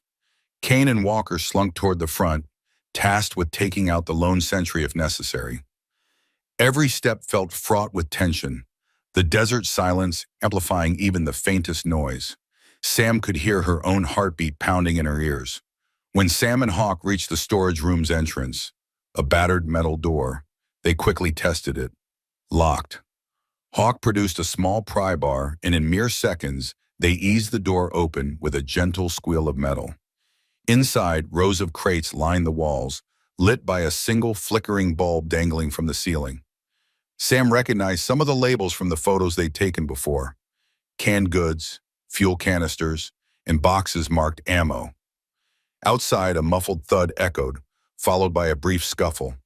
Sam's grip on her pistol tightened. Through the earpiece, Kane's voice crackled. "Look out, neutralized. He's out cold. Not dead.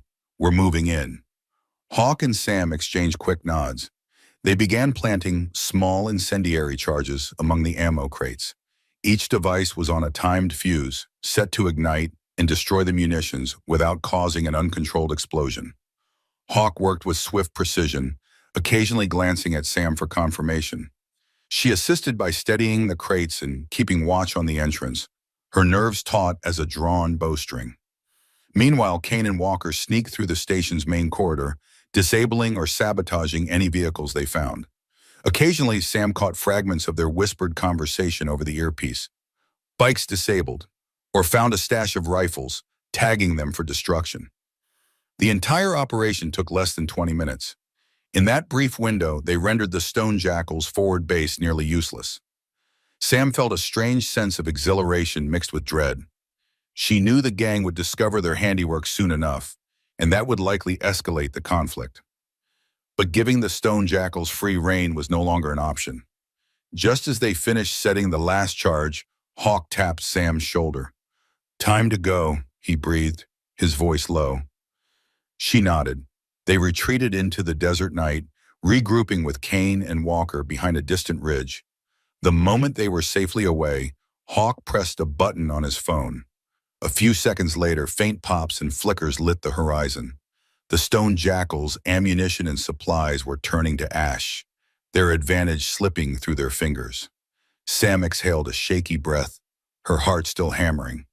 This was war, maybe not in an official sense, but certainly in spirit. And the opening salvo had just been fired by the quiet bartender and her team of unlikely allies. Word of the sabotage spread faster than Sam anticipated. By dawn, the local grapevine was abuzz with rumors that an explosion had rocked the abandoned service station. At first, the townspeople were on edge, fearing some deadly accident or terrorist attack.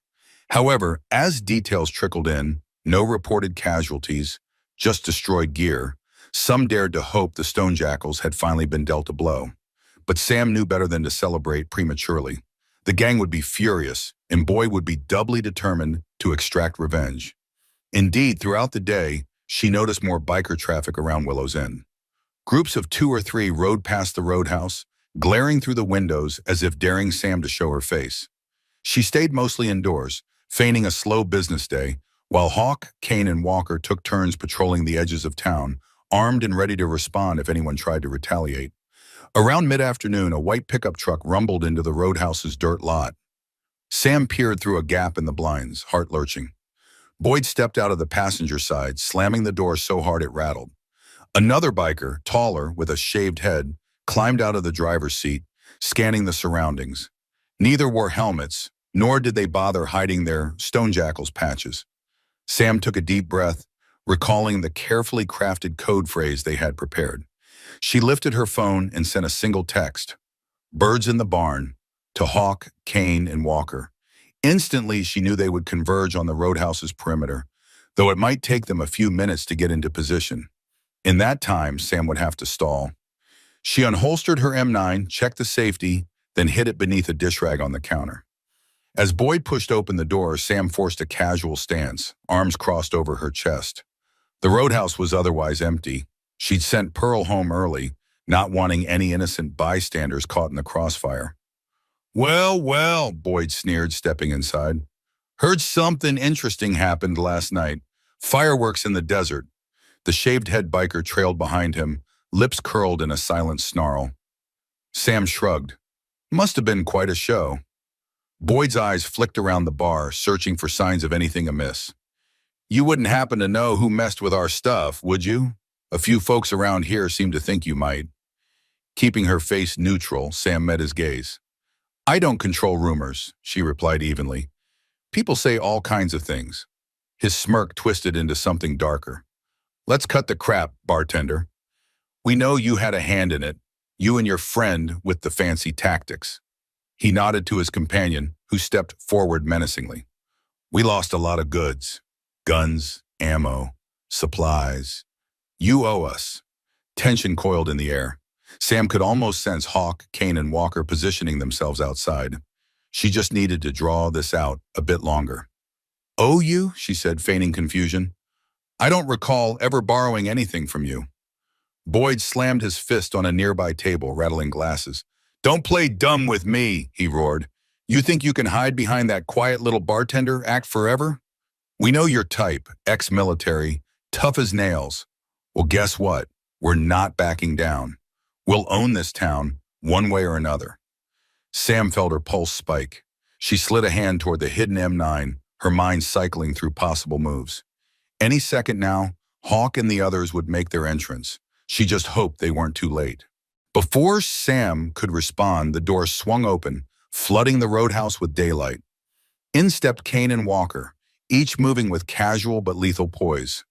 Hawk appeared a heartbeat later at a side entrance, effectively boxing Boyd and his associate in. The tension shot up another notch, and Sam saw the shaved-head biker's eyes widen in surprise as he realized they were outnumbered. Afternoon, gentlemen, Kane said, her voice cool enough to freeze water. She rested a hand on her hip, her jacket parted just enough to reveal a holstered pistol.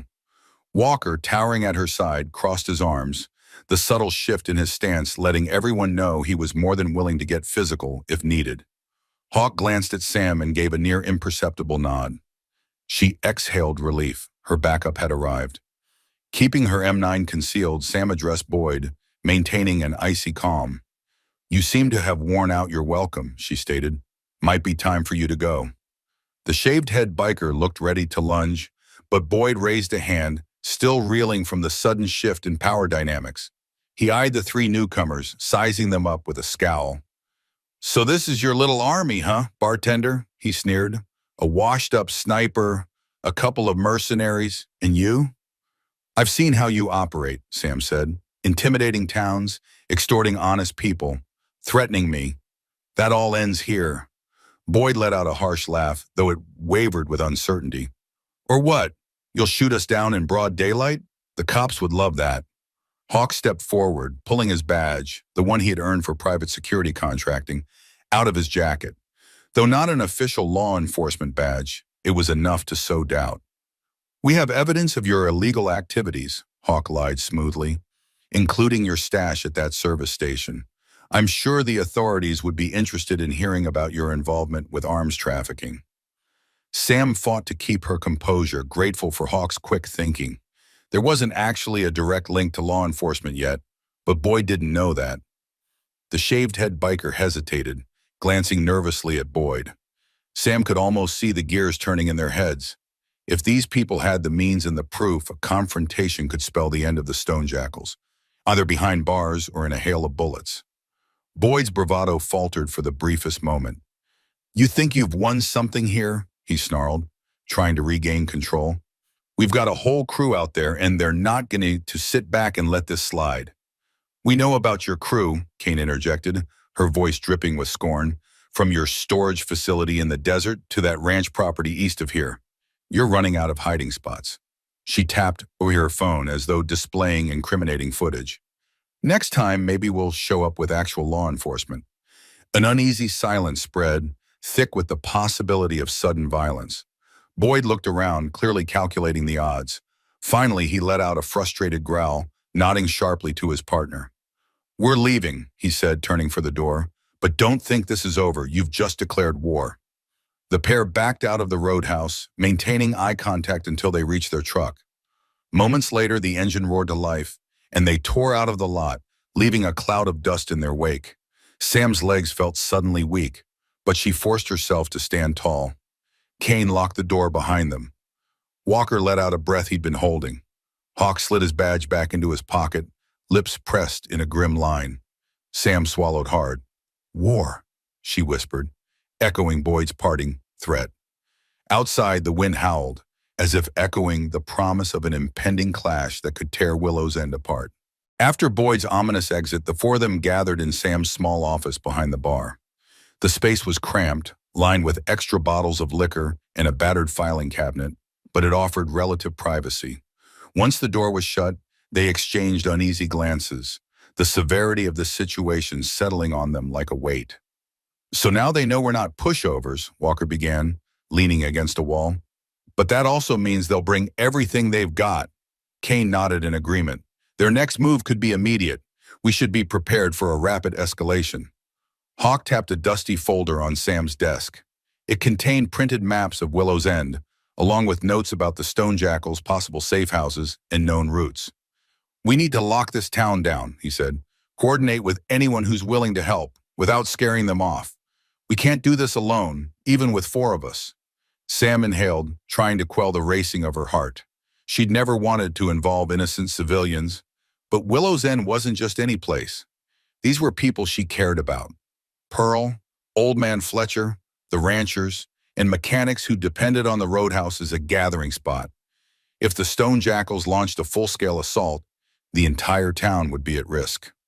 We should talk to the mayor, she suggested, though she knew Willow's End didn't have much of a formal government. More like a part-time mayor and a small council that met sporadically. Hawk nodded. Good idea. If we can at least get the locals to organize some sort of watch, it'll help. Even if they're not fighters, they can alert us to any biker movement and keep themselves safe. We could also consider a checkpoint on the main road, Kane added.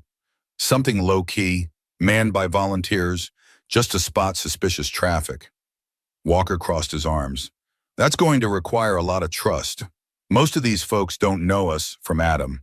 We'll need Sam to vouch for us. Sam sighed, a knot tightening in her chest. I'll do what I can, but I can't force them. And if they know the Stone Jackals are targeting me specifically, they might be reluctant to join in. Just be honest, Hawk advised, giving her a reassuring look. Let them know the threat is real, and that if we stand together, we stand a better chance. They hashed out the details of their plan. Sam would speak with local leaders and business owners, quietly arranging a volunteer watch. Kane and Walker would continue scouting the highways, using the tracker data to anticipate any large biker gatherings. Hawk would fortify the roadhouse and key points around town with basic defensive measures. Reinforced doors, hidden cameras, even sandbag placements if time permitted. Before dispersing, they stood in a tight circle, each silently acknowledging the gravity of what lay ahead. Sam felt a wave of guilt crash over her. This was exactly the kind of conflict she had wanted to escape when she left Delta Force. Yet here she was, orchestrating a community's defense. A part of her longed to run, to disappear again, but the faces of Willow's End inhabitants were etched in her mind. We've got this, Kane said softly, almost as if reading Sam's thoughts. She placed a firm hand on Sam's shoulder. Walker nodded in silent agreement, and Hawk offered a small, reassuring smile. Despite the looming danger, Sam felt bolstered by their presence. If war was coming, they would meet it head-on and do their damnedest to protect the innocent lives caught in the crossfire. Convincing the townspeople to stand united proved both easier and harder than Sam had anticipated. She spent the next morning by visiting the modest town hall, where Mayor Gertrude Holcomb, an elderly woman with kind eyes and a steely backbone, listened gravely to Sam's account of the Stone Jackal's aggression. The mayor had heard rumors, of course, but hearing the details directly from Sam, who had thwarted Boyd's intimidation attempts, brought the threat into sharp focus. Lord have mercy, Mayor Holcomb said, pressing a hand to her chest. I knew those bikers weren't here for any good reason, but arms trafficking? Extortion? Her eyes flitted around as though expecting masked criminals to burst in at any moment. What do we do, Miss Carter? Sam, still feeling odd about using her last name in town, most folks only knew her as Sam the bartender, explained the plan. She spoke calmly but urgently. A volunteer watch, secure communication channels, and an understanding that if the bikers showed up in force, everyone should either stay locked indoors or retreat to safer ground. She also suggested that any able-bodied resident with prior law enforcement or military experience might quietly coordinate with Hawk and the others. To Sam's relief, the mayor didn't scoff or trivialize the warnings. Instead, Mayor Holcomb summoned the informal town council, comprising half a dozen elders who ran local businesses and public services. By noon, they convened in the wooden-floored meeting hall, the walls lined with faded black and white photographs of Willow's End's frontier past. Pearl was there, representing the cafe, along with Dalton the mechanic and a few ranchers. Sam laid out the situation plainly. It's not just about me, Sam emphasized, scanning their anxious faces. These people want to control Willow's End, and they're willing to use violence. We can't stand by and hope they move on. Pearl's voice trembled as she spoke. What? What if we just pay them off? Sometimes gangs just want money. Maybe they'll leave if they get what they want. Several heads turned toward Sam. She inhaled. That might buy time, but it won't solve the problem. It tells them we're easy targets. They'll come back for more. Trust me, I've seen it happen elsewhere. Dalton, arms folded, let out a gruff sigh. So what's the alternative? Turn ourselves into an armed camp? At that, Sam glanced out the window, where a lone tumbleweed drifted across Main Street. She pictured the roadhouse with its squeaky doors and neon sign, suddenly bristling with fortifications, barbed wire, sandbags, watchers armed with rifles. The image felt surreal, but ironically less jarring than letting the stone jackals walk all over them. If we do nothing, we're handing them the keys to the town, she said. We have friends, capable friends, who will help. But we need everyone to do their part too, even if it's just reporting suspicious activity. After a tense silence, Mayor Holcomb stood, leaning on her cane. I, for one, will not be bullied out of my home, she stated firmly. The others murmured in agreement, some with more conviction than others. Plans were made, phone trees for alerts, a rotating schedule for volunteers to keep an eye on the roads, and a locked storage room at Dalton's garage where they could stash extra supplies and first aid. Stepping out of the meeting hall, Sam felt both buoyed by their solidarity and weighed down by the knowledge that their fragile unity would be tested by an enemy that specialized in chaos. Still, if there was any chance of saving Willow's End, this was it. A community standing side by side, ready to protect each other. In that resolve, Sam found a renewed sense of purpose, one that called on every skill and lesson from her past life. While Willow's End prepared its patchwork defenses, Hawk, Kane, and Walker focused on further crippling the Stone Jackal's operations. The trackers they had planted continued to yield valuable data on the gang's movements. A pattern emerged. Small squads of bikers regularly ventured from the service-seen ruins, what remained of it, to scattered hideouts on the outskirts of neighboring counties. Whether these were purely for storage or if they hosted active members was unclear, but the repeated routes painted a clear picture of the gang's logistical network. It was a hot, still evening when the four conspirators convened at Sam's trailer instead of the roadhouse. The modest single-wide structure offered little space, but it was less obvious as a meeting point. The stifling desert air clung to them as they huddled over a laptop on Sam's rickety kitchen table, analyzing the blinking dots of the GPS feed. There, Kane said, pointing at one of the routes. They pass that same junction every 2 nights, right before midnight, probably heading to the ranch we identified earlier. Hawk nodded. If we intercept them there, we cut off their supply chain. Might force them into an open confrontation, or at least starve them of resources. Walker leaned in, arms braced on the table. We need to be sure we can handle the fallout.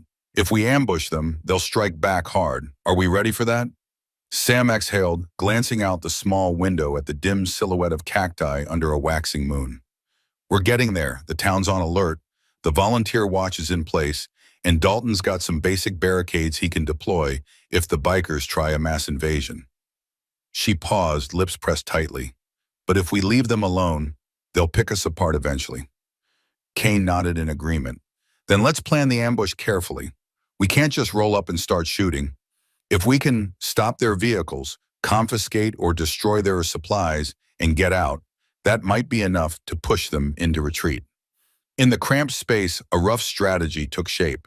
They would set up a blockade on the remote junction where the stone jackals frequently traveled. Using spike strips and a stolen road sign warning of a detour, they'd funnel the bikers into a narrow path. Once there, Hawk and Walker would disable their vehicles, while Sam and Kane provided cover. The goal was to do it swiftly, seizing any weapons or contraband, then disappear before reinforcements could arrive. It was a high-stakes gamble. One misstep, and they could end up outgunned or pinned down in the open desert. Yet the alternative, waiting for the stone jackals to tighten their grip, seemed worse. Sam found herself staring at her own reflection in the laptop screen, glimpsing the hardened eyes of a soldier she once was. She'd told herself she'd never do this again, never orchestrate an operation that could end in lethal force. But the stone jackals had forced her hand.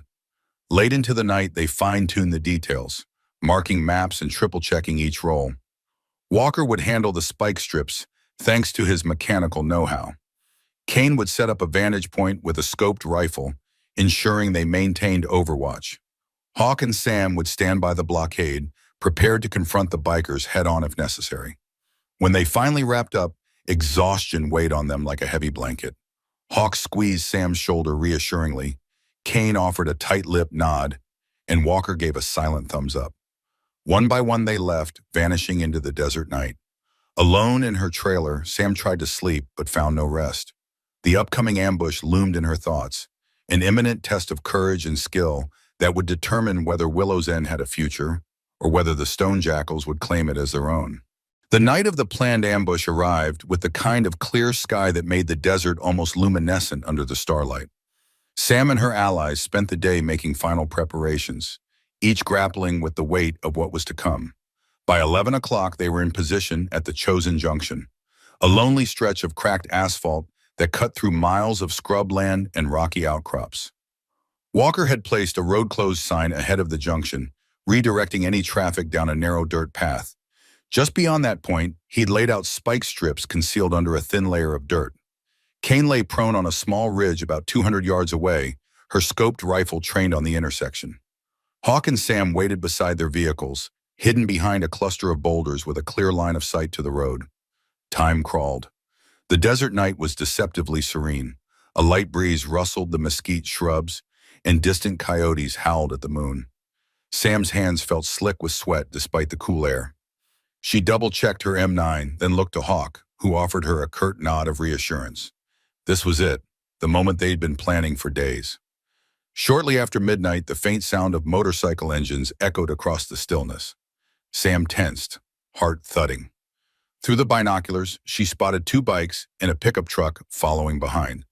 The lead motorcycle slowed at the road closed sign, then turned onto the dirt path as intended. The second bike followed suit. The truck rumbled after them. Within seconds, the first bike struck the spike strips. Tires hissed and shredded, sending the rider skidding sideways with a startled yell. The second biker veered to avoid the same fate, but Walker triggered a backup strip that snagged his rear wheel. The pickup driver, realizing too late that this was a trap, slammed on the brakes, but not before ripping his front tires to ribbons. Chaos erupted in the moonlit desert. The bikers cursed, stumbling off their disabled rides. One leveled a pistol in the general direction of the hidden ambushers. Kane's rifle cracked once, and the shot ricocheted off the asphalt near his feet, a deliberate warning rather than a kill shot. Hawk and Sam sprang into action, emerging with weapons drawn. "Hands up!" Hawk shouted, his voice cutting through the night. The first biker scrambled for cover behind the felled motorcycle, while the truck driver hurled open his door, brandishing a shotgun. Sam dropped into a crouch and fired a warning shot that blasted gravel near his boots. "Drop it!" she yelled, adrenaline spiking as she lined up her sights. The driver hesitated, shotgun wavering. Before he could decide, another crack from Kane's overwatch sent a bullet whizzing past his ear. He cursed and tossed the weapon aside, dropping to his knees. Meanwhile, Walker moved in swiftly, sidearm at the ready. The second biker tried to flee, but tripped over the spike strips and crashed face first into the dirt. Walker disarmed him, kicking a revolver out of reach. In less than a minute, the three stone jackals found themselves disarmed and outmaneuvered. Sam's heart pounded as she and Hawk secured the scene, keeping their weapons trained on the furious but helpless gang members. She felt no triumph, only grim resolve. This was a necessary step, cutting off the gang's supply line. But it also meant they'd drawn blood in this silent war, even if no one lay dead. And Sam knew that once Boyd learned of this humiliating ambush, retaliation would be swift and brutal. Under the pale moonlight, the aftermath of the ambush was both tense and surreal. The three subdued stone jackals knelt in a row near their disabled vehicles, hands on their heads. Hawk kept a watchful eye on them, his demeanor calm yet crackling with authority. Walker was already moving to search the trucks for contraband, rifling through toolboxes, tearing open crates in the bed, and swearing softly each time he found ammo or sealed packages of unknown substances. Sam inhaled, trying to steady her breathing. She stepped closer to the captured bikers. "You all right?" she asked quietly, even though she knew none of them were in a talking mood. One of the bikers glared daggers at her, a trickle of blood running from a scrape on his forehead. Another spat on the ground. The driver of the pickup, face ashen, stared wordlessly at the desert floor. None of them answered. Kane descended the ridge, rifle slung over her shoulder. She scanned the prisoners, then locked eyes with Hawk. "Got them covered?" she asked. He nodded. They had planned for this outcome, but not in a detailed step-by-step manner. Were they to tie these men up and deliver them to law enforcement? The local sheriff was miles away, and the evidence, while incriminating, was gathered under questionably legal means. Sam felt a pang of uncertainty gnawing at her. "Maybe we call the county sheriff," she proposed, even though she doubted the slow-moving bureaucracy would jump at an after-midnight call about an armed ambush. Hawk pressed his lips together, considering. "We do that, we risk the stone jackals finding out we're working with the authorities. Might paint a target on the sheriff's back, and they could blame the whole town." Walker emerged from the back of the truck, tossing out a duffel bag stuffed with sealed plastic packets. "Drugs," he muttered, voice dripping with disgust. He reached in again and pulled out a small wooden crate that clanked ominously. "Ammo, high caliber." Kane glanced at Sam. "Looks like we just hit the motherlode of their supply run. If we hand this over to the sheriff, at least we'll have proof of major criminal activity, something to keep them locked up." She gestured to the kneeling bikers. "These guys aren't just a nuisance, they're trafficking arms and narcotics across state lines." Sam's gaze flicked between her allies and the captured stone jackals. With every second that passed, the odds of more gang members stumbling upon the scene rose. If that happened, a firefight was almost guaranteed. "All right," she said, grimacing. "We'll call the sheriff. They might not arrive quickly, but we can hold these three until they do. Maybe we can get them to talk before then." Hawk nodded in agreement, pulling out a phone. As he began dialing, Walker set about zip-tying the bikers' hands behind their backs. None of them bothered resisting at this point, though their eyes burned with hatred. Sam could almost feel the malice radiating from them, a promise of retribution for being humiliated by a small group of ex-military nobodies. While Hawk talked in hushed tones, Kane moved to stand beside Sam. "They're going to strike back hard," Kane murmured, lips set in a thin line. "Taking out these supplies won't just piss them off, it'll force their hand." Sam's fingers tightened around the grip of her M9. "I know," she replied, her voice subdued, "but we couldn't let them keep funneling this stuff around, not when it could hurt more people. We had to cut off their resources." Kane's nod was solemn. "Just be ready. This might be the calm before the real storm." Under the starry sky, with the pungent odor of gasoline and hot metal hanging in the air, Sam felt the weight of that truth sink in. They had scored a victory, but in doing so, they might have lit the fuse on a powder keg that could blow Willow's End apart. When the county sheriff finally arrived, the horizon was already turning a soft shade of gray, hinting at the coming dawn. A pair of dusty patrol cars rolled up, lights off, and two weary-looking deputies stepped out, hands hovering near their holsters. They seemed equal parts surprised and skeptical at the sight. Three hog-tied bikers, a damaged pickup truck loaded with contraband, and four civilians who clearly weren't ordinary ranchers or truckers. Hawk took the lead in explaining, introducing himself as a security consultant and showing a few credentials he still carried. He spun a careful narrative that emphasized they had stumbled upon an illegal trafficking operation, conveniently omitting the spike strips and premeditated nature of the ambush. The deputies exchanged wary glances, possibly suspecting a larger story, but the evidence before them was enough to warrant immediate action. While the officers radioed in for backup and took statements, Sam stood off to the side with Kane and Walker, hearts pounding from the night's adrenaline. She kept stealing glances at the captured stone jackals, who glowered at the deputies with undisguised contempt. One of the bikers finally broke his silence when a deputy tried to read him his rights. "You're all dead," he snarled, eyes darting towards Sam and her allies. "Boyd will bury this town." A chill ran down Sam's spine despite the warmth of the desert morning. She knew the man's words weren't idle threats. The stone jackals had just been dealt a stinging blow, and their retaliation would likely be swift and brutal. She half expected a posse of bikers to appear on the horizon at any moment, roaring in to rescue their comrades. But aside from the occasional coyote yipping in the distance, the dawn remained eerily peaceful. Eventually, a more senior deputy arrived, an older man with a tired face who introduced himself as Deputy Vaughn. He questioned Sam and Hawk for a good hour, pressing for details about how they happened to come across the bikers. Hawk stuck to a script, describing how they'd been following up on rumors of stolen property in the area. Vaughn didn't seem wholly convinced, but the contraband in the truck was indisputable. "All right," he said finally, rubbing his temples. "We'll book these three for illegal possession of firearms, narcotics trafficking, maybe a few more charges if we can make them stick. But you folks need to be careful. Their gang is known for violent reprisals." His eyes flicked to Sam. "Might be best if you leave town for a while." Sam felt her stomach knot. "I appreciate your concern, Deputy, but this is my home. I'm not running." Vaughn sighed. "Suit yourself, but don't expect a big presence from us. We're stretched thin, and bigger towns are higher on our priority list. I'll do what I can, but you should keep your guard up." As the deputy's car pulled away with the arrested bikers in the back seat, Sam watched the dust settle on the deserted road. The sense of relief she'd hoped for never came. Instead, a grim anticipation coiled in her gut.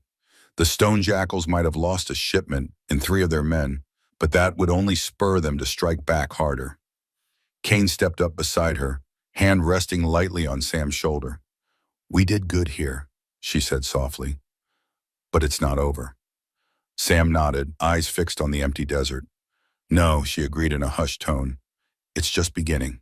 True to Deputy Vaughn's warning, law enforcement support in Willow's End remained minimal. The town's remoteness, combined with limited manpower, meant that even the dramatic bust on the Stone Jackal's contraband did little to change the status quo. If anything, it drew attention to the vulnerability of the region, a spotlight the bikers might exploit. In the days that followed, Sam and her allies reinforced their defenses. The roadhouse underwent a quiet transformation. Hawk installed better locks and replaced the flimsy wooden rear door with a reinforced metal one. Walker rigged up a basic security system with motion sensor lights and a handful of concealed cameras, their feeds accessible via a laptop in Sam's office. Kane worked with the volunteer watchers, training them in basic observation tactics: how to identify suspicious vehicles, when to call for backup, and how to take a note of license plates without confronting the drivers. The townspeople played their part too. Under Mayor Holcomb's direction, some of the ranchers erected a makeshift barricade on the far side of town, just enough to slow down any large-scale incursion. Pearl and Dalton spread word through the cafe and the garage, urging locals to stay vigilant, lock their doors, and keep a phone close at hand. The result was a cautious but strangely unifying atmosphere, with neighbors checking in on each other more often than before. Yet Sam felt the tension building every time she opened the roadhouse for business. Although the stone jackals had been conspicuously absent since the ambush, they lingered like a thunderhead on the horizon, a looming threat that could break at any moment. Each time a motorcycle engine rumbled in the distance, her heart jumped. Sometimes it was just a lone traveler passing through. Other times she spotted 2 or 3 bikers riding at the edge of town, never venturing in. It felt like a twisted game of cat and mouse.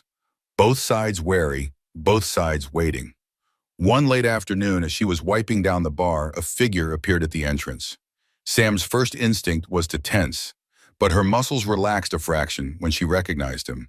A middle-aged rancher named Cooper, known for his quiet demeanor and the wide-brimmed hat he rarely took off. He ordered a soda, eyes darting nervously around. After a few sips, he leaned in. "Miss Sam, I saw something near my property line last night," he confided, voice barely above a whisper. "Looked like a group of bikers were camping out by the old windmill. One of them had a rifle." Sam's stomach flipped.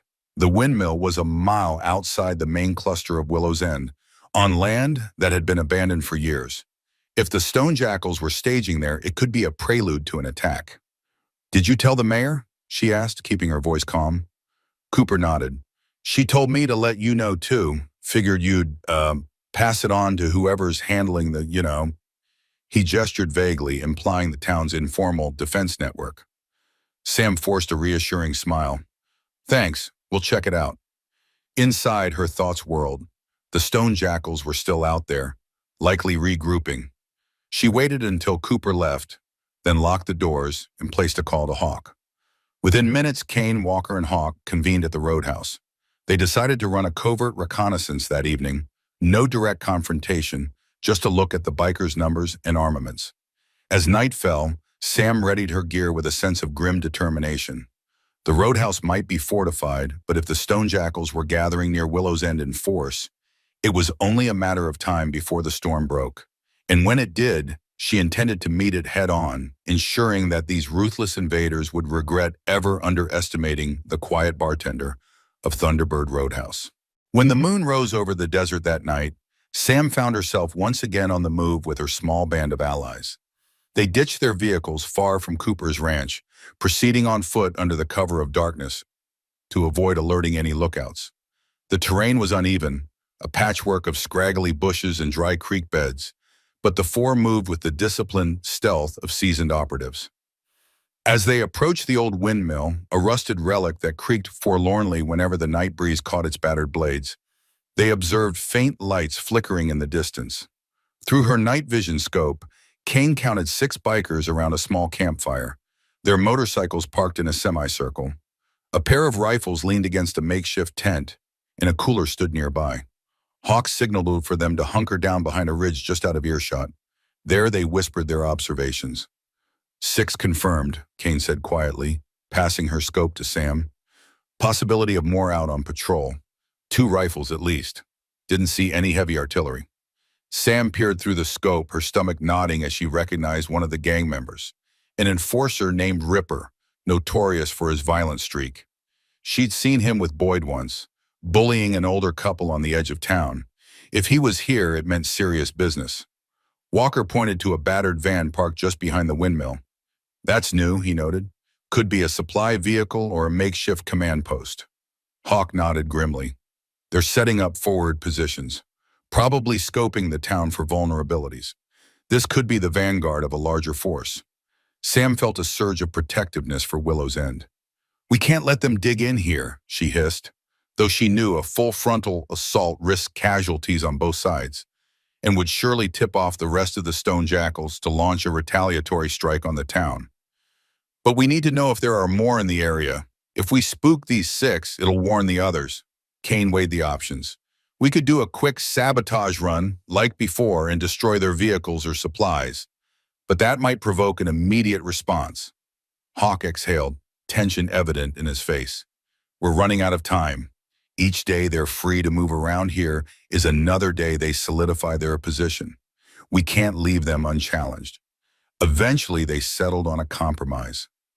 Gather additional intel tonight, then return with a decisive plan at dawn. If it looked like the stone jackals were preparing to assault Willow's End, Sam and her team would strike first. If not, they might have a small window to coordinate with the volunteer watchers, setting a trap for the bikers that wouldn't risk too many civilian lives. They stayed in place for another hour, recording details, license plates, the approximate amount of gear, the times the bikers rotated watch shifts. Sam's heart hammered each time one of the stone jackals glanced in their direction, but the darkness and their elevated vantage point kept them concealed. At one point, a biker walked away from the campfire to relieve himself, strolling dangerously close to their ridge. Sam froze, hand on her pistol, scarcely breathing until he wandered back to the circle of light. When they finally withdrew, slipping away into the star-laden sky, Sam couldn't shake the sense that battle was inevitable. The stone jackals had come too far to retreat empty-handed. With the roadhouse and the town's future hanging in the balance, Sam felt a grim clarity settle over her. If a showdown was coming, she would do whatever it took to ensure Willow's End emerged from this nightmare intact, no matter the personal cost. At first light, Sam and her allies huddled in the roadhouse's back office, the glow of a single lamp casting long shadows on the walls. Dust motes danced in the beam of light, adding to the tense atmosphere. The reconnaissance near Cooper's ranch had confirmed the stone jackals were poised for a potentially devastating move. Now they needed a strategy that would keep the town safe while neutralizing the bikers' threat once and for all. Sam pulled out a large sheet of paper, a map of Willow's End and its surrounding areas, painstakingly annotated with every detail they'd gathered: roads, trails, vantage points, and potential chokeholds. They've got at least 6 men camped near the windmill. Could be more on the way, she began, circling the location in red marker. We can't let them converge on the town. If they coordinate with other gangs from the south, we'll be outnumbered. Kane nodded, tapping a spot on the map. We can cut them off here, near the dry riverbed, before they reach the main road. We plant charges to block the path, force them into a narrow corridor. Walker scratched his chin. And then, we either capture them or force them to retreat, but you can bet they'll call for reinforcements at the first sign of trouble. Hawk leaned forward, gaze steady. We'll need multiple layers of defense. Our volunteer watch can hold down the town center, alert us if any other bikers approach from a different angle. Meanwhile, we'll lay the trap near the windmill. If the stone jackals try to push through, we hit them hard. A hush settled over the group as they realized the magnitude of the operation. This wasn't just a small ambush or sabotage mission. It was effectively a battlefield scenario spread across an entire region. Sam's mind flicked to the townspeople, the ranchers, cafe workers, retirees, who had never asked for any of this. She had to protect them. All right, she said, steeling her voice. Let's break it down. Kane, you take overwatch from the ridge again. Walker, you set the charges to block the exit route. Hawk and I will position ourselves closer to the windmill, drawing the bikers' attention if they try to mount up. Once we know they're committed, we close the trap. Kane's brow furrowed. That's high risk. If the bikers sense something's off, they could scatter and regroup. Or worse, they might bypass us entirely and head straight into town. Sam nodded grimly. We'll have to coordinate with the volunteer watchers to cover any secondary roads. We can't seal off every path, but we can at least slow them down and buy time for the rest of us to respond. They spent the next hour fine-tuning details, radio frequencies, fallback points, the exact placement of homemade barriers. By the time they finished, the sun was fully risen, and the roadhouse was quietly opening for the day. Pearl arrived, noting the serious expressions on their faces, but wisely choosing not to ask questions. Sam followed Kane, Walker, and Hawk out to the parking lot, each of them heading off to prepare in their respective roles. The day would be spent gathering the necessary materials, explosives, reinforced barricades, and enough supplies for a potential siege. As they parted ways, Sam caught Hawk's arm. Be careful, she said softly, meeting his eyes. Hawk gently squeezed her hand in response. You too, he replied. Then he slipped into his vehicle, engine rumbling, leaving Sam standing under the harsh desert sun. She stared at the vacant horizon, heart heavy with the knowledge that come dusk, Willow's End would either break the stone jackal's hold or be swallowed by it. Dusk settled over Willow's End like a cloak of anticipation. By the time the last rays of sunlight vanished behind the distant mesas, the makeshift defenses were in place. Volunteers manned key junctions leading into town, armed mostly with radios and a few rifles scrounged from ranch closets. The roadhouse stood quietly at the center of it all, lights dimmed to avoid drawing unnecessary attention. On the outskirts, Sam, Hawk, Kane, and Walker took their positions for the final showdown. Kane lay prone on the ridge overlooking the abandoned windmill, her scoped rifle scanning for any sign of movement. Walker crouched behind a rocky outcrop near the dry riverbed, ready to detonate charges that would collapse part of the bank, blocking the path. Hawk and Sam crept closer to the windmill itself, setting up behind a rusted tractor for cover. Their radios crackled softly with occasional updates from the volunteer watchers. For a long time, there was only silence. Sam's nerves hummed like a live wire. She kept her M9 close, her thoughts flitting between the carefully laid plan and the countless ways it could go wrong. Out of the corner of her eye, she caught Hawk's reassuring nod, and she managed a tight smile in return. Suddenly, movement at the windmill, the faint glow of flashlights and the murmur of voices. Sam peered through her binoculars. Half a dozen bikers again, but this time sporting more gear, possibly extra men hidden in the shadows. One pulled out a phone, gesturing angrily. Another started up a motorcycle, revving the engine in frustration. Kane's voice came through the radio in a low whisper. They seem agitated. Might be waiting for more. Sam swallowed hard. Steady, she whispered back. We let them make the first move. Minutes ticked by, feeling like hours. Then headlights appeared in the distance, a small convoy approaching from a side road. Sam's stomach twisted. This had to be the reinforcements.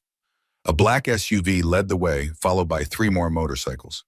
The group halted near the window, dust clouds drifting in the dull moonlight.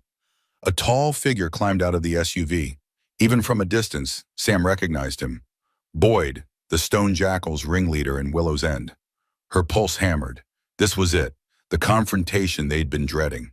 Boyd barked orders, pointing at the windmill and then in the direction of town. The bikers scrambled, helmets clutched, weapons checked. Kane's whisper broke the tense hush. At least 10 now, maybe more in the vehicles. They're gearing up. Walker's voice followed, gruff with tension. Sam, if they roll toward the town, do I blow the charges? Sam's mind raced. Triggering the collapse too early might scatter them or cause a wild firefight. Wait too long, and the bikers could reach Willow's End. She closed her eyes, steadying her breath. Wait until they're committed on the route, she ordered. We want them isolated, not panicked. Within moments, the bikers mounted up. Engines roared, headlights cutting through the dark. The convoy began to move, Boyd's SUV at the lead. As they drew closer to the choke point near the riverbed, Hawk checked his weapon, giving Sam a final look of resolve. She nodded, heart pounding, adrenaline pumping through her veins. Kane, cover us from the ridge, she said into the radio. Walker, get ready. She and Hawk slipped out from behind the tractor, taking up a new vantage behind a boulder. The strategy was clear. Block the path, force the Stone Jackals to dismount, then engage with precise, overwhelming force. This was the line they had drawn in the sand, a standoff that would decide Willow's End's fate. Above them, the stars shimmered in a pristine desert sky. Sam's breath caught for a moment, the eerie beauty clashing with the imminent violence. Then the thunder of approaching engines grew deafening, and the final battle began. The lead motorcycle was the first to reach the hidden charges Walker's had placed. As its wheels touched the edge of the dry riverbed, Walker triggered the remote. A deafening boom shattered the stillness, and a section of the bank collapsed in a cloud of dust and debris. The biker swerved wildly, trying to keep control, but the front tire sank into loose gravel. He tumbled off, rolling painfully to a stop. Instantly, the rest of the convoy screeched to a halt, engines revving in confusion. Boyd's SUV fishtailed, nearly rear-ending a motorcycle. Shouts and curses filled the air as the Stone Jackals realized they were caught in an ambush. Flashlights danced wildly, searching for the hidden threat. Kane's rifle barked from the ridge, a controlled shot striking the ground near the SUV's front tire. Another warning rather than a kill shot. Hawk and Sam opened fire on the rear flank, targeting the bikers who tried to maneuver around the blocked route. Gunfire lit up the darkness like a twisted fireworks display. Some of the Stone Jackals sought cover behind their vehicles. One fired blindly into the ridge, trying to suppress Kane's vantage. Another turned his weapon toward Hawk's muzzle flash. Hawk ducked behind the boulder, returning bursts of fire with measured precision. Sam, crouched low, felt the recoil of her M9 jolt her entire body. Years of training took over. Control the breath, aim, fire in short sequences, move to new cover. In the chaos, Walker stayed low, circling to the flank. He lobbed a smoke grenade near the SUV, the thick plume engulfing Boyd's position. Disoriented bikers coughed and stumbled out of the cloud, leaving them exposed to Kane's watchful scope. One dropped his weapon in panic, yelling at his companions to fall back. Amid the cacophony, Sam caught sight of Boyd himself. He emerged from the drifting smoke, rifle in hand, scanning for the source of the ambush. Even at a distance, she recognized the fury etched on his face. He unleashed a volley of bullets toward Hawk's cover, forcing him to duck. Then, spotting Sam's silhouette, Boyd pivoted and fired in her direction. Sparks flew as bullets ricocheted off the boulder. Sam pressed herself flat, adrenaline roaring in her ears. She peeked out, returning fire, forcing Boyd to dodge behind the SUV. In the brief lull, Sam heard something that sent a chill down her spine. A distant roar of more motorcycle engines coming from the south. Reinforcements. The Stone Jackals were throwing everything they had into this showdown. If they managed to flank the defenders, Willow's End was in grave danger. "Kane, do you see them?" Sam shouted into the radio over the din. "Affirmative," came the reply, tight with urgency. "At least 4 more bikes approaching fast. I'll try to slow them down." Above, muzzle flashes lit the ridge as Kane redirected her fire. Sam's mind raced. If those reinforcements broke through, the entire plan would collapse. She signaled Hawk, who caught her meaning and nodded. They needed to end this fight quickly. Summoning courage, Sam rolled to a new position and fired a series of shots into the SUV's engine block. The vehicle sputtered, smoke billowing from under the hood. Boyd and 2 other bikers bailed out, diving for cover. That was enough to throw their formation into disarray. Hawk seized the opening, leaping from cover and advancing toward the truck, weapon raised. His sudden aggression rattled the bikers, forcing them to split their attention. Walker, meanwhile, had crept behind a nearby cluster of rocks that flanked the newly arrived reinforcements. With a deft motion, he tossed a flashbang into their path. The explosion of light and sound sent the bikers reeling. Kane capitalized, picking off the ones who attempted to flee the glare. The fight raged in a maelstrom of gunfire, dust, and shouting. Sam felt every second stretch into an eternity, the line between life and death razor thin. But the combined pressure of their ambush was taking its toll on the stone jackals.